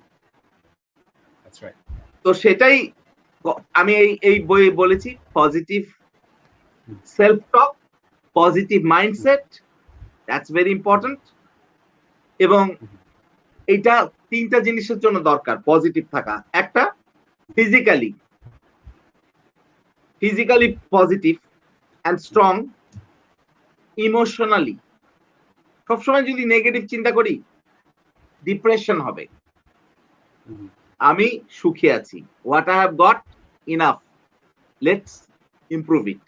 ইমোশনালিও আমি করব, আর স্পিরিচুয়ালিও আমি ভালো থাকবো আধ্যাত্মিক ভাবে। কেন? আলহামদুলিল্লাহ, আল্লাহ যা দিয়েছে শুকুর আলহামদুলিল্লাহ। এই হচ্ছে এই চ্যাপ্টারটার নাম ছিল on the importance of a positive mindset and positive self. Over to you. এখানে মানে to add to your vein of মানে সেম লাইন অফ থট, আমাদের ব্রেইন মানে যে অনেক পুরাতন একটা গান আছে মেডোনার, যে you only see what your eyes want to see. তো আসলে আমার কাছে এটা সময় গানই ছিল, কিন্তু পরবর্তীতে সাবসিকুয়েন্টলি পড়াশোনা করে যেটা দেখলাম সেটা হচ্ছে আমাদের ব্রেনের যে একটা সিস্টেম, এটাকে বলে RAS বা রেটিকুলার অ্যাক্টিভেশন সিস্টেম, অর্থাৎ আমাদের ব্রেইন সেটাই দেখে যেটা সে দেখতে চায়। আমাদের mind set is extremely important. একটা অনেক সুন্দর বই আছে বারবারা ফ্রেডরিকসন, অ্যাটলিস্ট আমার ক্ষেত্রে আমি বইটা কভার টু কভার পড়েছি অনেকবার, এবং যখনই লাইফের মানে আপস অ্যান্ড ডাউনস এর ভিতরে যাই, I read that book, Barbara Fredrickson. তো উনি ওই বইটার নামই পজিটিভিটি। So ওই জায়গাতে what she argued and she has shown a lot of মানে studies and facts and figures যে উনি পজিটিভিটিকে যেভাবে হাইলাইট করেছেন যে by being positive doesn't mean যে the challenges and hearts and difficulties in your life needs to be denied. She didn't say that যে মানে আমার এখন when I had a severe accident আমার পা ভেঙে গেছে but I know oh it's nothing I just have had an amputated leg, ব্যাপারটা এরকম না। Obviously recognizing those things, কিন্তু আমাদের নেগেটিভ থিঙ্কিং প্যাটার্নটা হ্যাবিচুয়াল, কারণ আমাদের brain remembers the fear more easily than the good experiences. সেই জায়গায় হোয়াট শি আর্গিউড যে if we train ourselves to see the good, what is true in our life, then our brain gets conditioned to see the positive. এইটা add করা ছিল, nothing and pretty much everything you said is exactly on spot. Thank you. আমার fifth চ্যাপ্টারটার নাম হচ্ছে leadership and children on being a powerful role model for our future leaders. আমি এখানে বলেছি যে আমাদের সন্তানরা আমাদের ফিউচার লিডার। এখন আমাদের ফিউচার লিডারদের রোল মডেল কারা হবে? ফিউচার লিডারদের রোল মডেল হবে ফিফথ চ্যাপ্টারে যেটা বলা হচ্ছে যে আমাদের চিলড্রেনদের ফিউচার, যারা চিলড্রেন, যারা ফিউচার লিডার্স, তাদের রোল মডেল কারা হবে? রোল মডেল হবে বাবা মা, কারণ বাবা মার সঙ্গে তাদের ফার্স্ট কন্ট্যাক্ট এবং তারা সবসময় বাবা মার সঙ্গেই থাকে বেশিরভাগ সময়। এখন আমি কতগুলো এখানে বলেছি যে বাবা মাদের তাহলে কি করা উচিত রোল মডেল হওয়ার জন্য। এক নাম্বার হচ্ছে developing caring and loving relationship with your kids. Caring and loving relationship তৈরি করো, এমন লাভিং অ্যান্ড কেয়ারিং রিলেশনশিপ যে বাবা মাকে বাচ্চারা যেন বিশ্বাস করে, তাদের যেন মনের কথা খুলে বলে, কারণ বাচ্চারা কিন্তু খুব অসহায়। বাচ্চারা একটা সেফ একটা জায়গা চায়। এখন বাবা যদি রেগুলার বাচ্চাকে ধোলাই দেয়, কিংবা মা যদি গালাগালি করে, কিংবা শুধু পড়াশোনার কথা বলে এবং সবসময় বাচ্চাকে চাপিয়ে দেয় যে কি করতে হবে, তাহলে কি হবে? বাচ্চারা এরা একটা নিরাপদ যে আশ্রয়, সে আশ্রয়টা পাবে না। এই কারণে তুমি কি বারবার কেটে যাচ্ছ না? ঠিক আছে, না মানে ওই ইন্টারনেট স্পিড যদি স্লো হয়ে যায় চলে যায়, আবার গেটস ব্যাক। আচ্ছা, তো আমি যেটা বলেছিলাম যে you develop a caring and loving relationship with your kids, আর বাচ্চাদের সাথে মিনিংফুল কনভারসেশন করতে হবে। তাদের ফিলিংস কি, তাদের থটস কি, তাদের এক্সপেরিয়েন্সেস কি, এগুলো জানতে হবে। কি ভাবছো বাচ্চা কি ভাবছে, বাচ্চা কি মানে ফিল করছে, এগুলো জানতে হবে। আচ্ছা, 2 নাম্বার হচ্ছে acting as a strong role model and mentor. তোমাকে একটা স্ট্রং রোল মডেল হতে হবে, বলতে হবে যে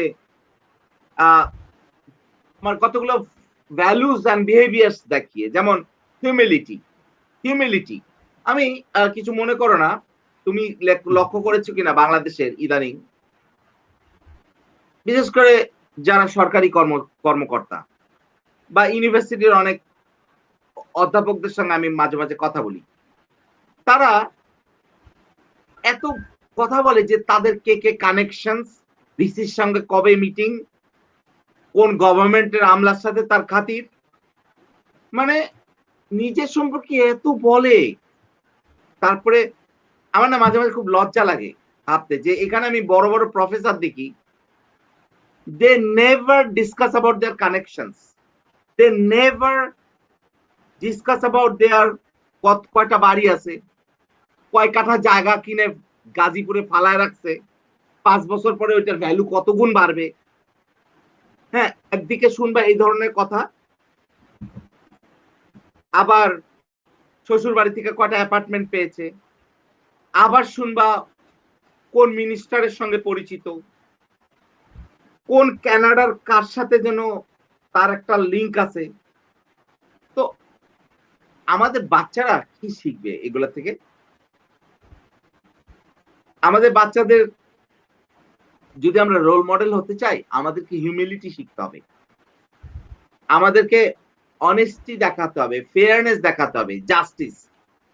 আমরা ফেয়ারনেসটা কিভাবে দেখাবো, জাস্টিস কিভাবে দেখাবো? টিভিতে একটা খবর হচ্ছে, একটা মার্ডার কেস, তুমি বলো আহা এটা ঠিক হয়নি, আহা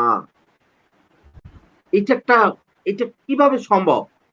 বাবা মা যদি এইভাবে ডিসকাস করে, বাচ্চা শুনবে যে my parents are discussing about a case of injustice, they are disapproving ইট।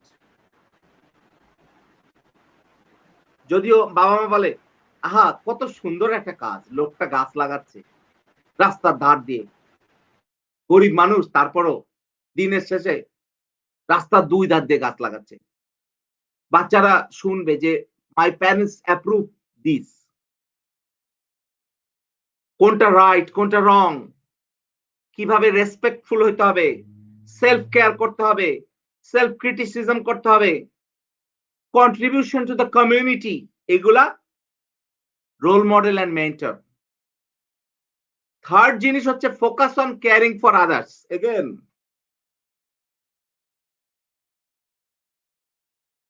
তুমি শুধু স্পোর্টস, মিউজিক, লেখাপড়া, আর্ট এগুলো নিয়ে ডিসকাস করো না, এগুলোই চাইও না বাচ্চাদের কাছে। বাচ্চাদের কাছে দেখো যে বাচ্চা ভাবছে কিনা, কাজের মহিলার ছেলেটার জন্য ভাবছে কিনা। আমার ছেলে একবার কলকাতায় ওর মার সাথে একটা ডিনারে গেছিল, ফ্যামিলি ডিনারে, অনেক বছর আগের কথা। ও তখন ক্লাস 6 এ পড়তো, মানে ৮ বছর আগের কথা। একটা ডিনারে গেল, ওই ডিনারে ৩,০০০ টাকা খরচা হলো। ৬ জন খেতে গেছিল কলকাতায়, একটা পশ রেস্তোরাঁতে। তো তখন আমার শ্বশুর বাড়িতে যে মহিলা কাজ করে, ওর বেতন ১,০০০ টাকা, রান্না করে। তা আমার ছেলে বলল ওর মাকে আসতে আসতে গাড়িতে, আচ্ছা আম্মু, লক্ষ্মীদির লক্ষ্মীদিকে ৩ মাস কাজ করতে হবে to have a dinner like this. আমি এই কথাটা শুনে, যখন আমার ওয়াইফ আমাকে বলল যে, তখন ও ক্লাস 6 এ পড়ে। আমি ওরে $৫০ গিফট দিয়েছিলাম। আমি বললাম, "বাঘের বাচ্চা, তুই এই ধরনের কথা বলছিস?" এই যে আমি ওকে গিফট দিলাম, এটা রিটার্নটা কি পেলাম আমি তোমাকে বলছি। ও যখন অস্ট্রেলিয়ান ডিফেন্স ফোর্স একাডেমিতে গেল, গত বছর ওর মা ওর সাথে দেখা করতে গেছে ক্যানবেরায়, অ্যাডলাইড থেকে। এখন ও দেখছে, আমার ওয়াইফ দেখছে যে আমান, আমার ছেলে, ওই হোমলেস একে ওকে খালি টাকা দিচ্ছে। তো তখন ওর মা ওকে জিজ্ঞেস করছে, "আমান, হঠাৎ তুই এরকম জেনারাস হয়ে গেছিস কেন?" বলে, "কিসের জেনারাস? আব্বু বলে না যে স্পেন্ড ফ্রম ইওর ইনকাম?" তাহলে এই যে ভ্যালুসটা যে আব্বু, আমি তখন আমাকে যখন এই কথা বলেছে, ১.৫ বছর ১ বছর আগের কথা, I became tearful. This is the thing I wanted. আমার ছেলে এরকম হোক, আমি এটাই চাই। যে আব্বু বলে না স্পেন্ড ফ্রম ইওর ইনকাম, এটা আমাদের কোরআন থেকে বলা। এবং আমার বাচ্চাকে আমি at the end of the day achievement শিখাচ্ছি, অ্যাচিভমেন্ট ওরিয়েন্টেড করছি। Art, sports, music. কিন্তু আমি এরকম কয়টা গুণ শিখাচ্ছি যে আমার ছেলে বা আমার মেয়ে এরকম গ্লোবাল সিটিজেন হবে, কিংবা সে রিলেটিভ, ফ্রেন্ডস অ্যাডাল্ট, চিলড্রেন অন্য কান্ট্রিতে থাকে, তাদের জন্য চিন্তা করবে। আরেকটা জিনিস হচ্ছে opportunities two practice caring and gratitude, যেটা আমি বললাম যে বাচ্চাদেরকে সুযোগ করে দাও। যখন কাউকে হেল্প করো, বাচ্চার হাত দিয়ে দাও এবং বাচ্চাকে বলো শেয়ার করতে, এবং এই সুযোগগুলো করে দাও বাচ্চাকে, যে বাচ্চা যেন, যেমন দাদিকে ওষুধ দিতে পারে, তোমার দাদিকে এখন থেকে তুমি ওষুধ দিবা, কিংবা তুমি গার্ডেন পরিষ্কার করবা, কিংবা তুমি তুমি নবাবের মানে বংশধর না, তোমাকে বাচ্চাকে দিয়ে এইসব করাবো না। না, বাচ্চাকে দাও, কাজ করতে দাও। তুমি থালাটা ধুবে সকালবেলা, তুমি শুক্রবারে অমুক কাজটা করবা, কাজ করতে দাও। তা নাহলে হঠাৎ করে তোমার ছেলে একদম গ্রাজুয়েট হয়ে তারপর থেকেই মানব সেবা শুরু করে দিবে, তা না। যখন ক্লাস 2 তে পড়বে তখন থেকে একটু একটু করে কাজ করো। তো একটা হলিডে প্ল্যান করতে বলো, কিংবা ধরো রেসপন্সিবিলিটি দাও। হ্যাঁ, কিছু হাউস হোল্ড কাজ করতে দাও এবং বলো যে তোমার ক্লাসে কেউ কাউকে বুলি করছে, ওইটা প্রোটেস্ট করবা। এভাবে করলে ও যখন বড় হবে তখন ওই জিনিসগুলো আরো বড় আকারে করবে। That's আচ্ছা, right. আর দুটো জিনিস বলেছি, চিলড্রেনদের সার্কেল অফ কনসার্ন বাড়াও, যেটা আমি আগেও বলেছি। আরেকটা জিনিস বলেছি, Mhm. Ethical thinkers, positive change makers বানাও। এথিক্যাল ডিলেমা থাকতে পারে, সবসময় ভিডিও গেম না দেখে আর কার্টুন না দেখে মাঝে মাঝে চিন্তা করাও যে এইখানে কি হতো, বা ওদের কিছু প্রবলেম দাও যে আচ্ছা, Mhm. যেমন এই একটা প্রবলেম দাও যে আচ্ছা, ও ক্লাসে একটা বেস্ট ফ্রেন্ড, ওর সে আর একটা ছেলেকে বুলি করে, Mhm. ও কি টিচারকে কমপ্লেন করবে না করবে না? ওর বেস্ট ফ্রেন্ডের নামে কি কমপ্লেন করবে না করবে না? এটা কিন্তু একটা এথিক্যাল ডাইলেমা, একটা ক্লাস 4 এর ছেলেও কিন্তু ফেস করতে পারে। ওর বেস্ট ফ্রেন্ড পরীক্ষায় নকল করেছে, ও কি টিচারকে বলে দিবে না বলবে না? Mhm. এইগুলো প্রবলেম দাও, দেখো বাচ্চা কি বলে। বাচ্চা যদি বলে যে না, আমার বেস্ট ফ্রেন্ড সে একটা কাজ করেছে, আমার টিচারকে বলবো না, এইটা বললে তার মানে ও ও এটা ঠিক করলো না। ও বলবে যে না, আমি আমার ফ্রেন্ড এটা করলে যেই হোক, অন্যায় দেখলে আমি প্রতিবাদ করব। তো এই কথাগুলোই আমার এই চ্যাপ্টারে আমি বলেছি যে leadership and children on being a powerful role model for our future leaders. Over to you, Firoz. We are left with one Yeah, more chapter only. yeah. So you're absolutely right. In terms of living by model, role model, extremely important. That আমি এখানে শুধু একটা কথা যোগ করবো যে one of the very prominent psychologists, ওনার কথা আছে, সেটা হচ্ছে যে a lot of parents complain that their children don't listen to them, but at the end of the day most children become like their parents. So what I do today, how I treat my child, that will show in the long run that basically what they do tomorrow. Absolutely, I agree with you. Thank you. জি, আল্লাহ ভাই, আমরা next G We'll go to the last G chapter. জি আচ্ছা, last চ্যাপ্টারটা হচ্ছে being the best for the world warrants a social disapproval of hierarchical social system and individualism. এখানে আমি বলেছি যে best for the world যদি আমরা হতে চাই, বা এমন একটা পরিবেশ তৈরি করতে চাই যেখানে মানুষ বেস্ট ইন দ্য ওয়ার্ল্ড না হয়ে বেস্ট ফর দ্য ওয়ার্ল্ড করতে চায়, তাহলে আমাদেরকে এমন একটা সোশ্যাল সিস্টেম বিল্ড করতে হবে, যেই সোশ্যাল সিস্টেমে মানুষের স্ট্যাটাসটা নির্ভর করবে তার কোয়ালিটি অফ ওয়ার্কে, কিংবা যেটা তার যে রোলটা সমাজের জন্য কতটা ইম্পর্টেন্ট তার উপর বেশি করে। আমাদের যে ইন্ডিভিজুয়ালিস্টিক সোসাইটি, সেখানে কি হচ্ছে, I for myself, rest for the devil. আমারটা আমি বুঝে নিলাম, বাকি যেটুক থাকলো এগুলো শয়তানের জন্য। এবং এই ইন্ডিভিজুয়ালিস্টিক ওয়ার্ল্ডটা, ইন্ডিভিজুয়ালিজমের আমি একটু ঐতিহাসিক দিকটাও আলোচনা করেছি যে ইন্ডিভিজুয়ালিজম বা ব্যক্তি কেন্দ্রিক সমাজ ব্যবস্থা কিভাবে গড়ে উঠলো। এটা কিন্তু খারাপ না, এটা ভালো থেকেই শুরু হয়েছিল।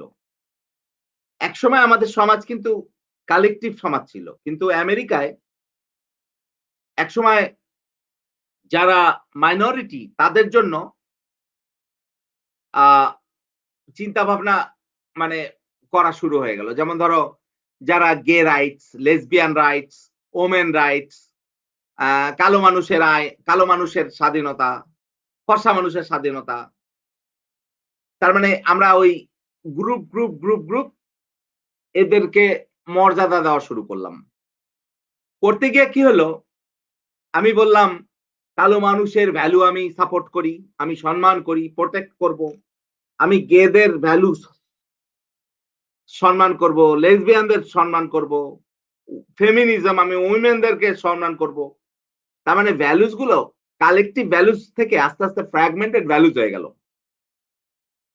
এবং ওই ফ্র্যাগমেন্টেড ভ্যালুস গুলো আস্তে আস্তে কি হলো যে আচ্ছা প্রত্যেকটা মানুষ সমান, প্রত্যেকটা মানুষের ভ্যালুস খুব ইম্পর্টেন্ট। তার মানে আমি ফিরোজ তোমার মতকে আমি স্বাধীনতা আমি মানে সম্মান করি, তুমি আমার মতকে সম্মান করবা।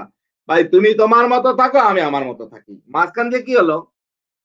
এই সম্মান করতে গিয়ে ইন্ডিভিজুয়ালকে একটা যে সোশ্যাল যে একটা কালেকটিভ থ্রেড ছিল, এক সমাজে একসাথে থাকার যে একটা কমন কালেকটিভ ভ্যালুস থাকলো, তোমার এখন আর নেবারকে চেনার কোনো প্রয়োজন নাই।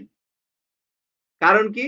আমি একটা অস্ট্রেলিয়ান সমাজে জিজ্ঞেস করছিলাম যে আচ্ছা তুমি কাউকে যে তোমার আশেপাশে চিনো না, তুমি যদি অসুস্থ হও তোমাকে কে হেল্প করবে?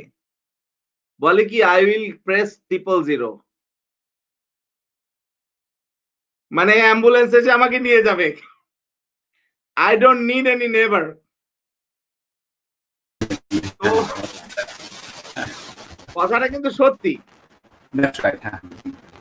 কিন্তু সমস্যা হয়ে গেল হুম, যে এই সমাজ তো আমরা চাই নাই, কারণ এই সমাজের তখন আর প্রোগ্রেস হবে না, প্রোগ্রেস হয়ে যাবে। That's right. কারণ নলেজ কিন্তু একটা কালেকটিভ জিনিস। একটা সমাজ Exactly. সুন্দর হয় কালেকটিভিটির কারণে, সবাই মিলেমিশে থাকার কারণে। তো আমার এই চ্যাপ্টারটাতে আমি বলেছি যে ইন্ডিভিজুয়ালিজম ভালো না, আমাদের আবার সেই কালেকটিভ ভ্যালুস পেতে হবে। আমাদের সেই সবাইকে একসাথে বেঁচে থাকা সুন্দর একটা জীবন, এবং একজন আরেকজনের জন্য ওই যে একটা কথা আছে না বাংলায়, আবার বলি সেই পুরনো সাহিত্য কত ইম্পর্টেন্ট যে সকলের তরে সকলে আমরা।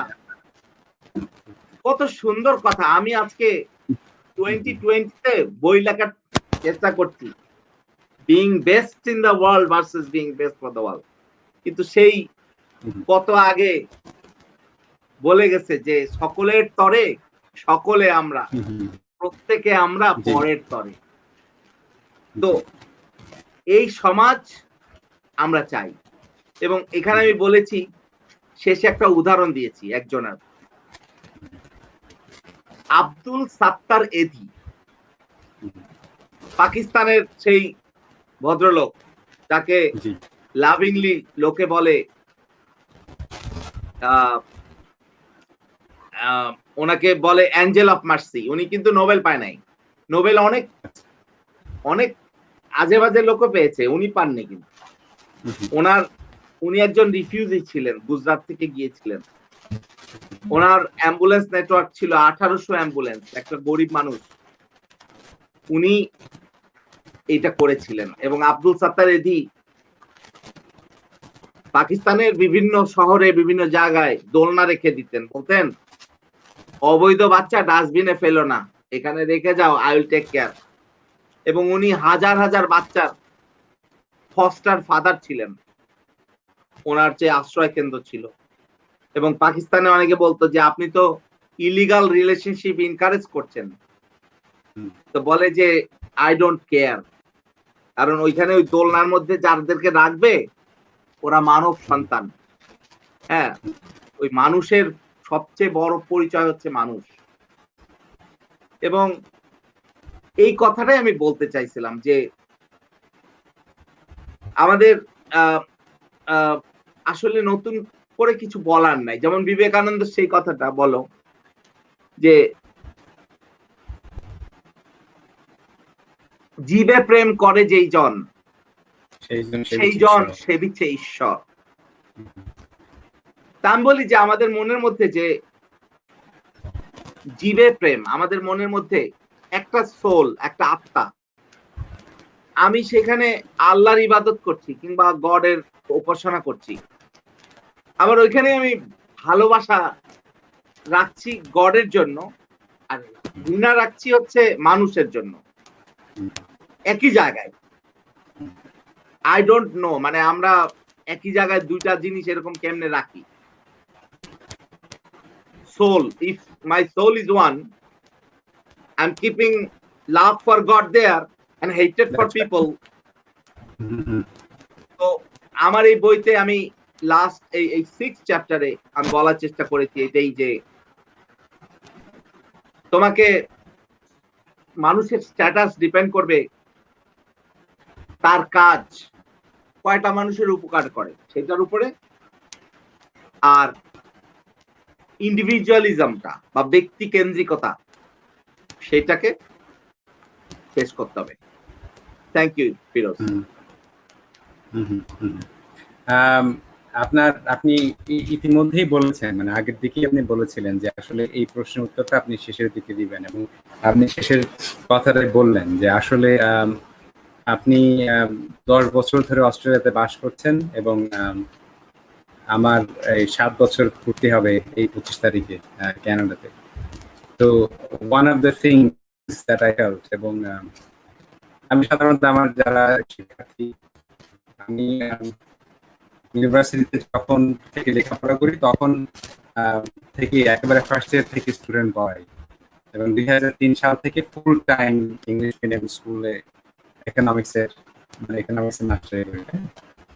From that point of view, I've been a teacher for past 20 years, এবং মামুন ভাই আপনার মনে আছে কিনা জানি না, যখন আমি স্কলারশিপে কাজ করতাম তখন ঠিক স্কলারশিপ স্কুল যেটা উত্তর সেকশনটা ঠিক যা নাক বড় একটা জায়গা আছে গাওয়াই বলে, ওখানে বস্তি টস্তি আছে, এখানকার ছেলেমেয়েদের লেখাপড়ার জন্য কাজ করতাম, এবং সেই কাজ কিন্তু আমি আজ পর্যন্ত ছাড়ি নাই। এবং right now I am building a school in the cloud.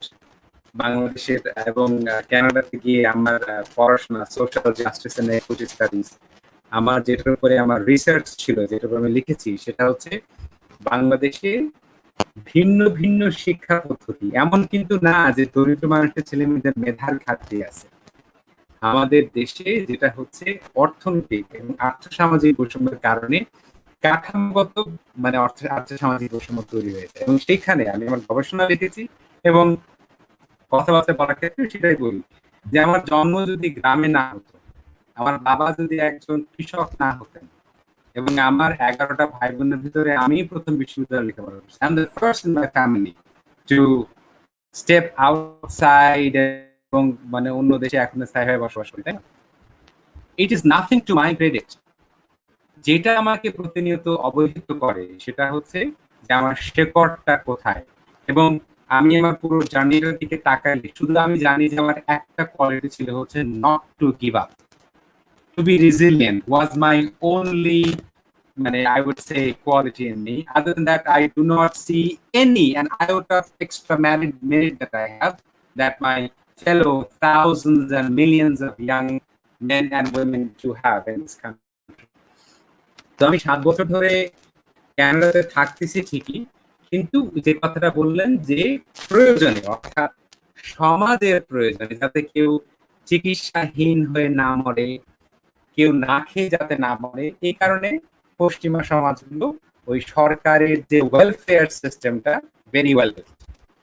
At the same time পশ্চিমা যে পরিমাণে ওল্ড হোমস আছে, the number of old homes, আমার কাছে মনে হয় আমরা পশ্চিমা সমাজ যখন থাকি কানাডা, আমেরিকা কিংবা অস্ট্রেলিয়াতে, আমরা পজিটিভ দিকগুলা আমরা বাঙালিরা যারা বাংলাদেশিদের কথা বলতেছি, তাদের সাথে আমার প্রত্যক্ষ সম্পর্ক আছে, এবং আমি আপনার কাছে অনুরোধ করতেছি, আপনি শুধুমাত্র অস্ট্রেলিয়ার মানে স্থায়ীভাবে বসবাস করেন না, আপনি একজন শিক্ষক, আপনি একজন সেই জায়গা থেকে আমি আপনাকে বলছি আলা ভাই, I have seen that we have a kind of shame to tell the challenges we face in Western societies.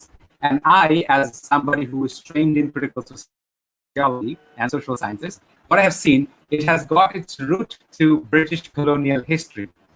Because our attitude towards the European dominance is as such that when we see the whites, we don't want to rock the boat. We have a kind of attitude of slavish gratitude. Don't want to say what is true. And somehow, এবং basically আমার PhD dissertation যেটা আমি proposal লিখেছি, সেই প্রপোজালের একটা মানে যে কটা প্রপোজাল লিখেছি এর মধ্যে একটা প্রপোজাল হচ্ছে এরকম যে আমরা যারা পশ্চিমা সমাজে বাস করি, আমেরিকা, কানাডা, অস্ট্রেলিয়া, নিউজিল্যান্ড, বুঝছেন, আপনি অস্ট্রেলিয়াতে বাস করেন, আপনি জানেন যে অস্ট্রেলিয়ার যারা আদিবাসী তাদের 98% people have been brutally murdered and systematically obliterated from that place by the European settlers. তো আপনি আমি এমন অনেক অধিকার আজকে এনজয় করি ওই জায়গাতে, যেটা কিন্তু এই কালো মানুষ এবং আদিবাসীদের 500-600 বছরের রেজিস্টেন্সের ফলাফল। কিন্তু আমরা যখন এদের পাশে আমাদের দাঁড়ানোর কথা, in solidarity, we don't want to. In a way, we distance ourselves from the আপনার ওই যে black and indigenous people because we how in the pursuit of becoming more developed, the proximity to the white somehow gives us that rank. This is not a separate কথা, কিন্তু একেবারেই separate কথা না, এটা কিন্তু কানেক্টেড কথা। European settler colonialism in Australia, in Canada, in America, what it has done, it has established the roots of colonialism not on the land and on the economy only, but in our psyche, in our desire, and we have become hyper individualistic. Eric Fromm কথাটা স্পষ্ট করে বলেছে যে what is happening in a hyper individualistic capitalistic society, we are what we own. That defines our sense of self. And what we own, I can lose what I own. And therefore, a primordial existential crisis, which is artificially created in a capitalist mode of production, continues to heighten our anxiety, which is not true. I don't have a saber-tooth tiger waiting in the bush to attack me. Because I have been habituated to define my sense of self for so long based on what I own. My anxiety drives me crazy, right? So, we যে hyper individualistic society, এই কথাগুলো নিয়ে আমরা কিন্তু স্পষ্ট করে এত unapologetically সত্যি কথাটা বলতে চাই না, বিকজ আমি কিছুদিন আগে আমি চেষ্টা করছি ওনার সাথে কথা বলার জন্য। আপনার মনে আছে কিনা, আমাদের সাথে মুন্না ভাই কাজ করতেন স্কলাস্টিকায়, আমাদের যে প্রমিথিউসের যে শিল্পী বিপ্লব ভাইয়ের ছোট ভাই মুন্না ভাই, আমি মুন্না ভাইয়ের সাথে যোগাযোগ করেছি, বিপ্লব ভাইয়ের সাথে যোগাযোগ করার চেষ্টা করছি। উনি কিছুদিন আগে এত গুরুত্বপূর্ণ একটা কাজ করেছেন, এবং আল্লাহ ভাই আপনি জেনে থাকবেন, আমি শিওর আমি আপনার সাথে আগে কথা বলেছি, সেটা হচ্ছে আমি যখন কানাডাতে স্কলারশিপ নিয়ে লেখাপড়া করলাম, আপনি জানেন যে আমি পরবর্তী আমার কাজই ছিল I was high school guidance counsellor, means আমি সব ছেলে মেয়েদেরকে বিশ্ববিদ্যালয়ে ভর্তি করতাম।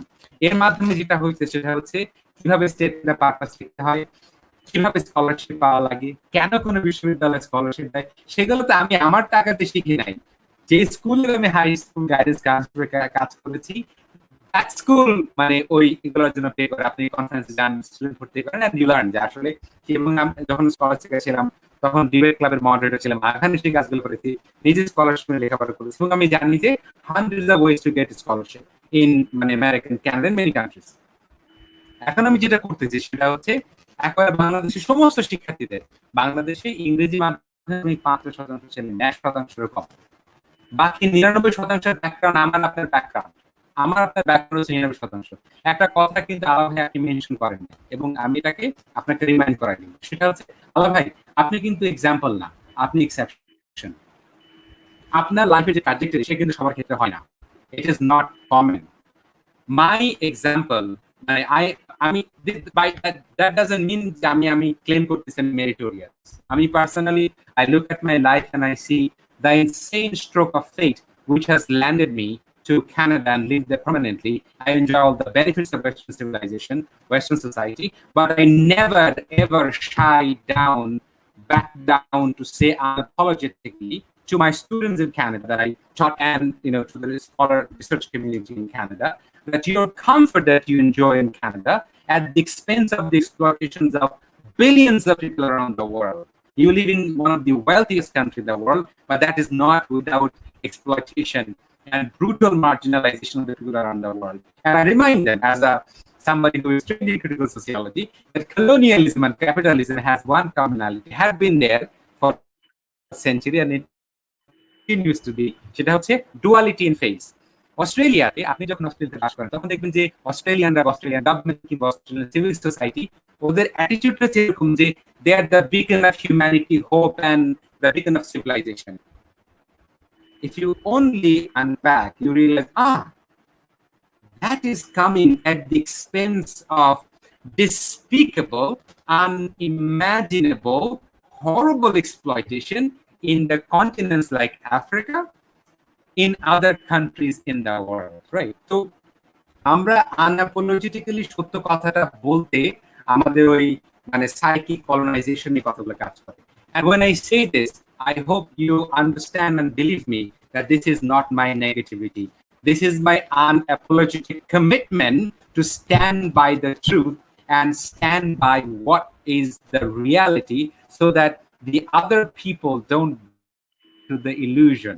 They don't buy into the illusion. English school আপনার কি আলা ভাই, আমরা যখন স্কলার থেকে একসাথে বই পড়, তাই না?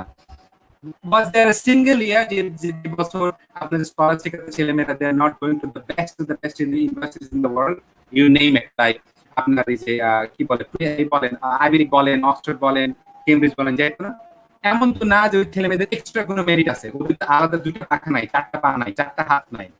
It's just that they come to a system where they are informed into a kind of pedagogy from very early on. ওই ভাই, সেটা কি গ্রামের একটা কৃষকের মেয়ের ক্ষেত্রে সেই রিয়ালিটি? সেটা কি রিয়ালিটি যে একজন বিশালা ছেলে সে reality? That's not the reality at all. তো সেই জায়গা থেকে I feel committed. I feel যে a kind of primordial tug of the root that says me, you have a lot to give back to the community. Because আমি যখন ওই পদ্মা নদীর পারে যে স্কুল থেকে হাই স্কুল পাস করছি, ওই রাস্তাতে হেঁটে গেছি এমন অনেক দিন, এবং এটা by the way, it is not romantic interpretation of my life, this is the real interpretation of my life. এমন অনেক মানুষের মমতা, অনেক মানুষের মায়া, এমন অনেক মানুষের স্নেহ আমি পাইছি যারা আমার রক্তের খালা কিংবা মামা না. এখন পর্যন্ত বাংলাদেশের গ্রাম্য সমাজে যে সহমর্মিতা, সহিষ্ণুতা, যত বেশি আমরা উন্নত হচ্ছি তত বেশি আমরা ইন্ডিভিজুয়ালিস্টিক হয়ে যাচ্ছি. বাংলাদেশেও number of old homes are increasing. বাংলাদেশেও আমরা ওই ক্যাপিটালিস্টিক প্রোগ্রেসের কারণে ইন্ডিভিজুয়ালিস্টিক হয়ে যাচ্ছি. তো সেই জায়গা থেকে I feel the tug, I feel যে this is important. So and that is why I say what I say, I do what I do. এবং I am inviting you to also contribute back to to that vast community, because like I said, I will say very clearly and unequivocally that you are an exception, you are not an example. Your journey is not a common journey, and an exception cannot be example, and hence we have to address the structural and systemic inequality and marginalization. Sorry, যদি একটু ranting হয়ে থাকে, I apologize. But this is something that I said. Really, really wise words. I really like. And I'm actually, what should I say? I am one admirer, a great admirer of your oratory, and your what I find that it's really very clear that you have explored a lot about history, politics, and philosophy, and that you can make the concoction really well. এবং তোমার Thank you. যে কথাগুলো তুমি বলো এগুলো genuine. আমি genuinity খুব পছন্দ করি. একটা স্কলারের মধ্যে একটা জেনুইনিটি, সেটা খুব পছন্দ করি। এবং তোমার আর একটা জিনিস আমি ওয়েল উইশার, সেটা হচ্ছে যে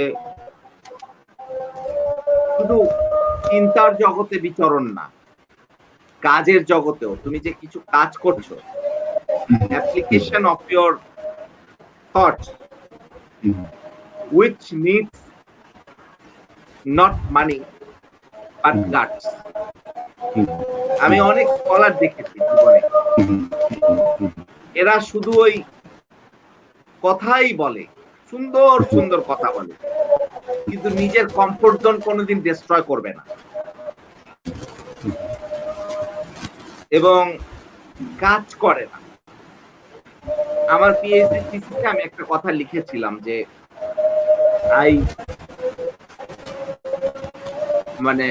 বলছিলাম যে প্রফেসর ইউনূসের একটা কথা আমি করি, মানি যে what is the value of economic theories if they do not change lives? Exactly.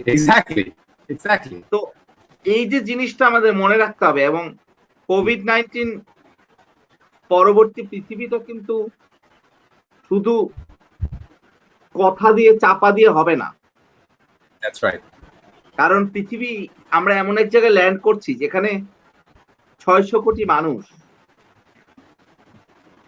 এবং অনেক বেকারত্ব এবং অনেক সমস্যা থাকবে মানুষের।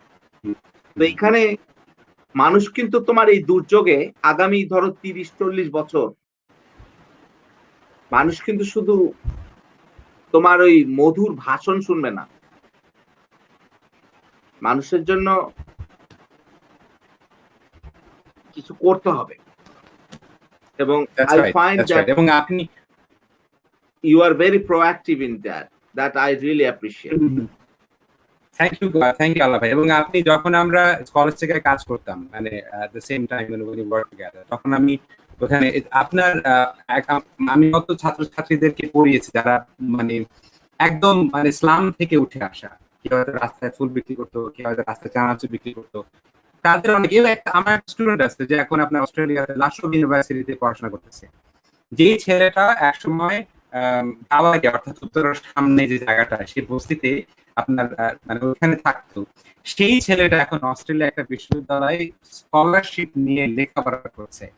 সো আমি সেখানে কি করেছিলাম, স্কলাস্টিকা যে ছেলেমেয়েরা, ওরা শুধুমাত্র কি, ওরা ইংরেজিতে ভালো, ওরা আপনার কম্পিউটিং এই জিনিস স্কিল গুলো আছে, আই স্টার্টেড ডেমোক্রেটাইজিং ইট। এবং আপনি এখন যদি ইসে যান, গুগলে যান, তাহলে দেখবেন যে আগামী 3 বছরে কানাডায় 10 লক্ষ উপরে মানুষ আপনার ইমিগ্রেশন দিবে, 10 লক্ষ উপরে বেশি মানুষ। এই যে মানুষগুলো কানাডা ইমিগ্রেশন নিয়ে যাবে, তারা কিন্তু 95 বা 99%, 7-8% কিন্তু আসবে ওই ওয়েল অফ ব্যাকগ্রাউন্ড থেকে। গরিব মানুষের, ওই আমি যে গ্রামে আমার জন্ম, পাবনা, একজন কৃষকের নিয়ে কিন্তু ওখানে যাবে না। So in order to tackle that, what we have started, সেটা হচ্ছে যে ওয়ার্ল্ড স্কুল অফ বাংলাদেশ। সেখানে আমি কি করছি, আমি যে বিভিন্ন বিশ্ববিদ্যালয়গুলোতে আমার যে সমস্ত ছাত্রছাত্রী যেখানে লেখাপড়া করছে, কিংবা আমার যারা প্রফেসর আছে, কিংবা যে সমস্ত ছেলেমেয়েরা বাংলা বোঝে, ইংরেজি বোঝে, ওদেরকে আমি এই ভিডিও কনফারেন্সের মাধ্যমে ওদেরকে নিয়ে আসতেছি। এবং ওই কৃষকের মেয়েটার এবং ওই কৃষকের ছেলেটার ভিতরে ভয়টা দূর করতেছি যে you can do the same, this is not rocket science, it's just a systematic guideline. তো যা হোক আলা ভাই, আপনি যে বইগুলা যে চ্যাপ্টার কথাগুলো বললেন, সেই জায়গায় একটা ফান্ডামেন্টাল যে জিনিসটা, সেটা হচ্ছে in a capitalistic society and hyper individualistic society, when we live only for us, we live a profoundly lonely life. এবং আমি সাধারণত আমার ছাত্রছাত্রীদেরকে বলি যে আমাকে যদি কেউ বলে যে আমার ছাত্রছাত্রীদেরকে 2টা বই পড়ার জন্য, যে let's say you have chance to read only 2 books in your life and there are no other books that you can read, আমি বলবো ওদেরকে 2টা বই। একটা বই আপনি আমাকে পরিচয় করেছিলেন স্কলাস্টিকে কাজ করার সময়, সেটা হচ্ছে মার্কাস অরেলিয়াসের মেডিটেশন। আর একটা বই হচ্ছে আপনার ভিক্টর ফ্রাঙ্কেলের man and his search for meaning. তো man and his search for meaning এ ভিক্টর ফ্রাঙ্কেল ওই বইটাতে যেটা লিখেছেন, সেটা হচ্ছে উনি কিন্তু কনসেন্ট্রেশন ক্যাম্প সাফার করেছেন, and he survived it. He is a survivor of Holocaust. ওখানে উনি যেটা লিখেছেন যে human beings they distract themselves in hedonism, consumerism, and all kinds of pursuit of the satisfaction of all kinds of desires, gluttonous desires and whatsoever you say, is because of lack of purpose and meaning in life. So Friedrich Nietzsche, he was a strong proponent of this, is that if you know the why of something, you will find out the how. But if you really know the why, and that was his whole idea of Superman, philosophical Superman.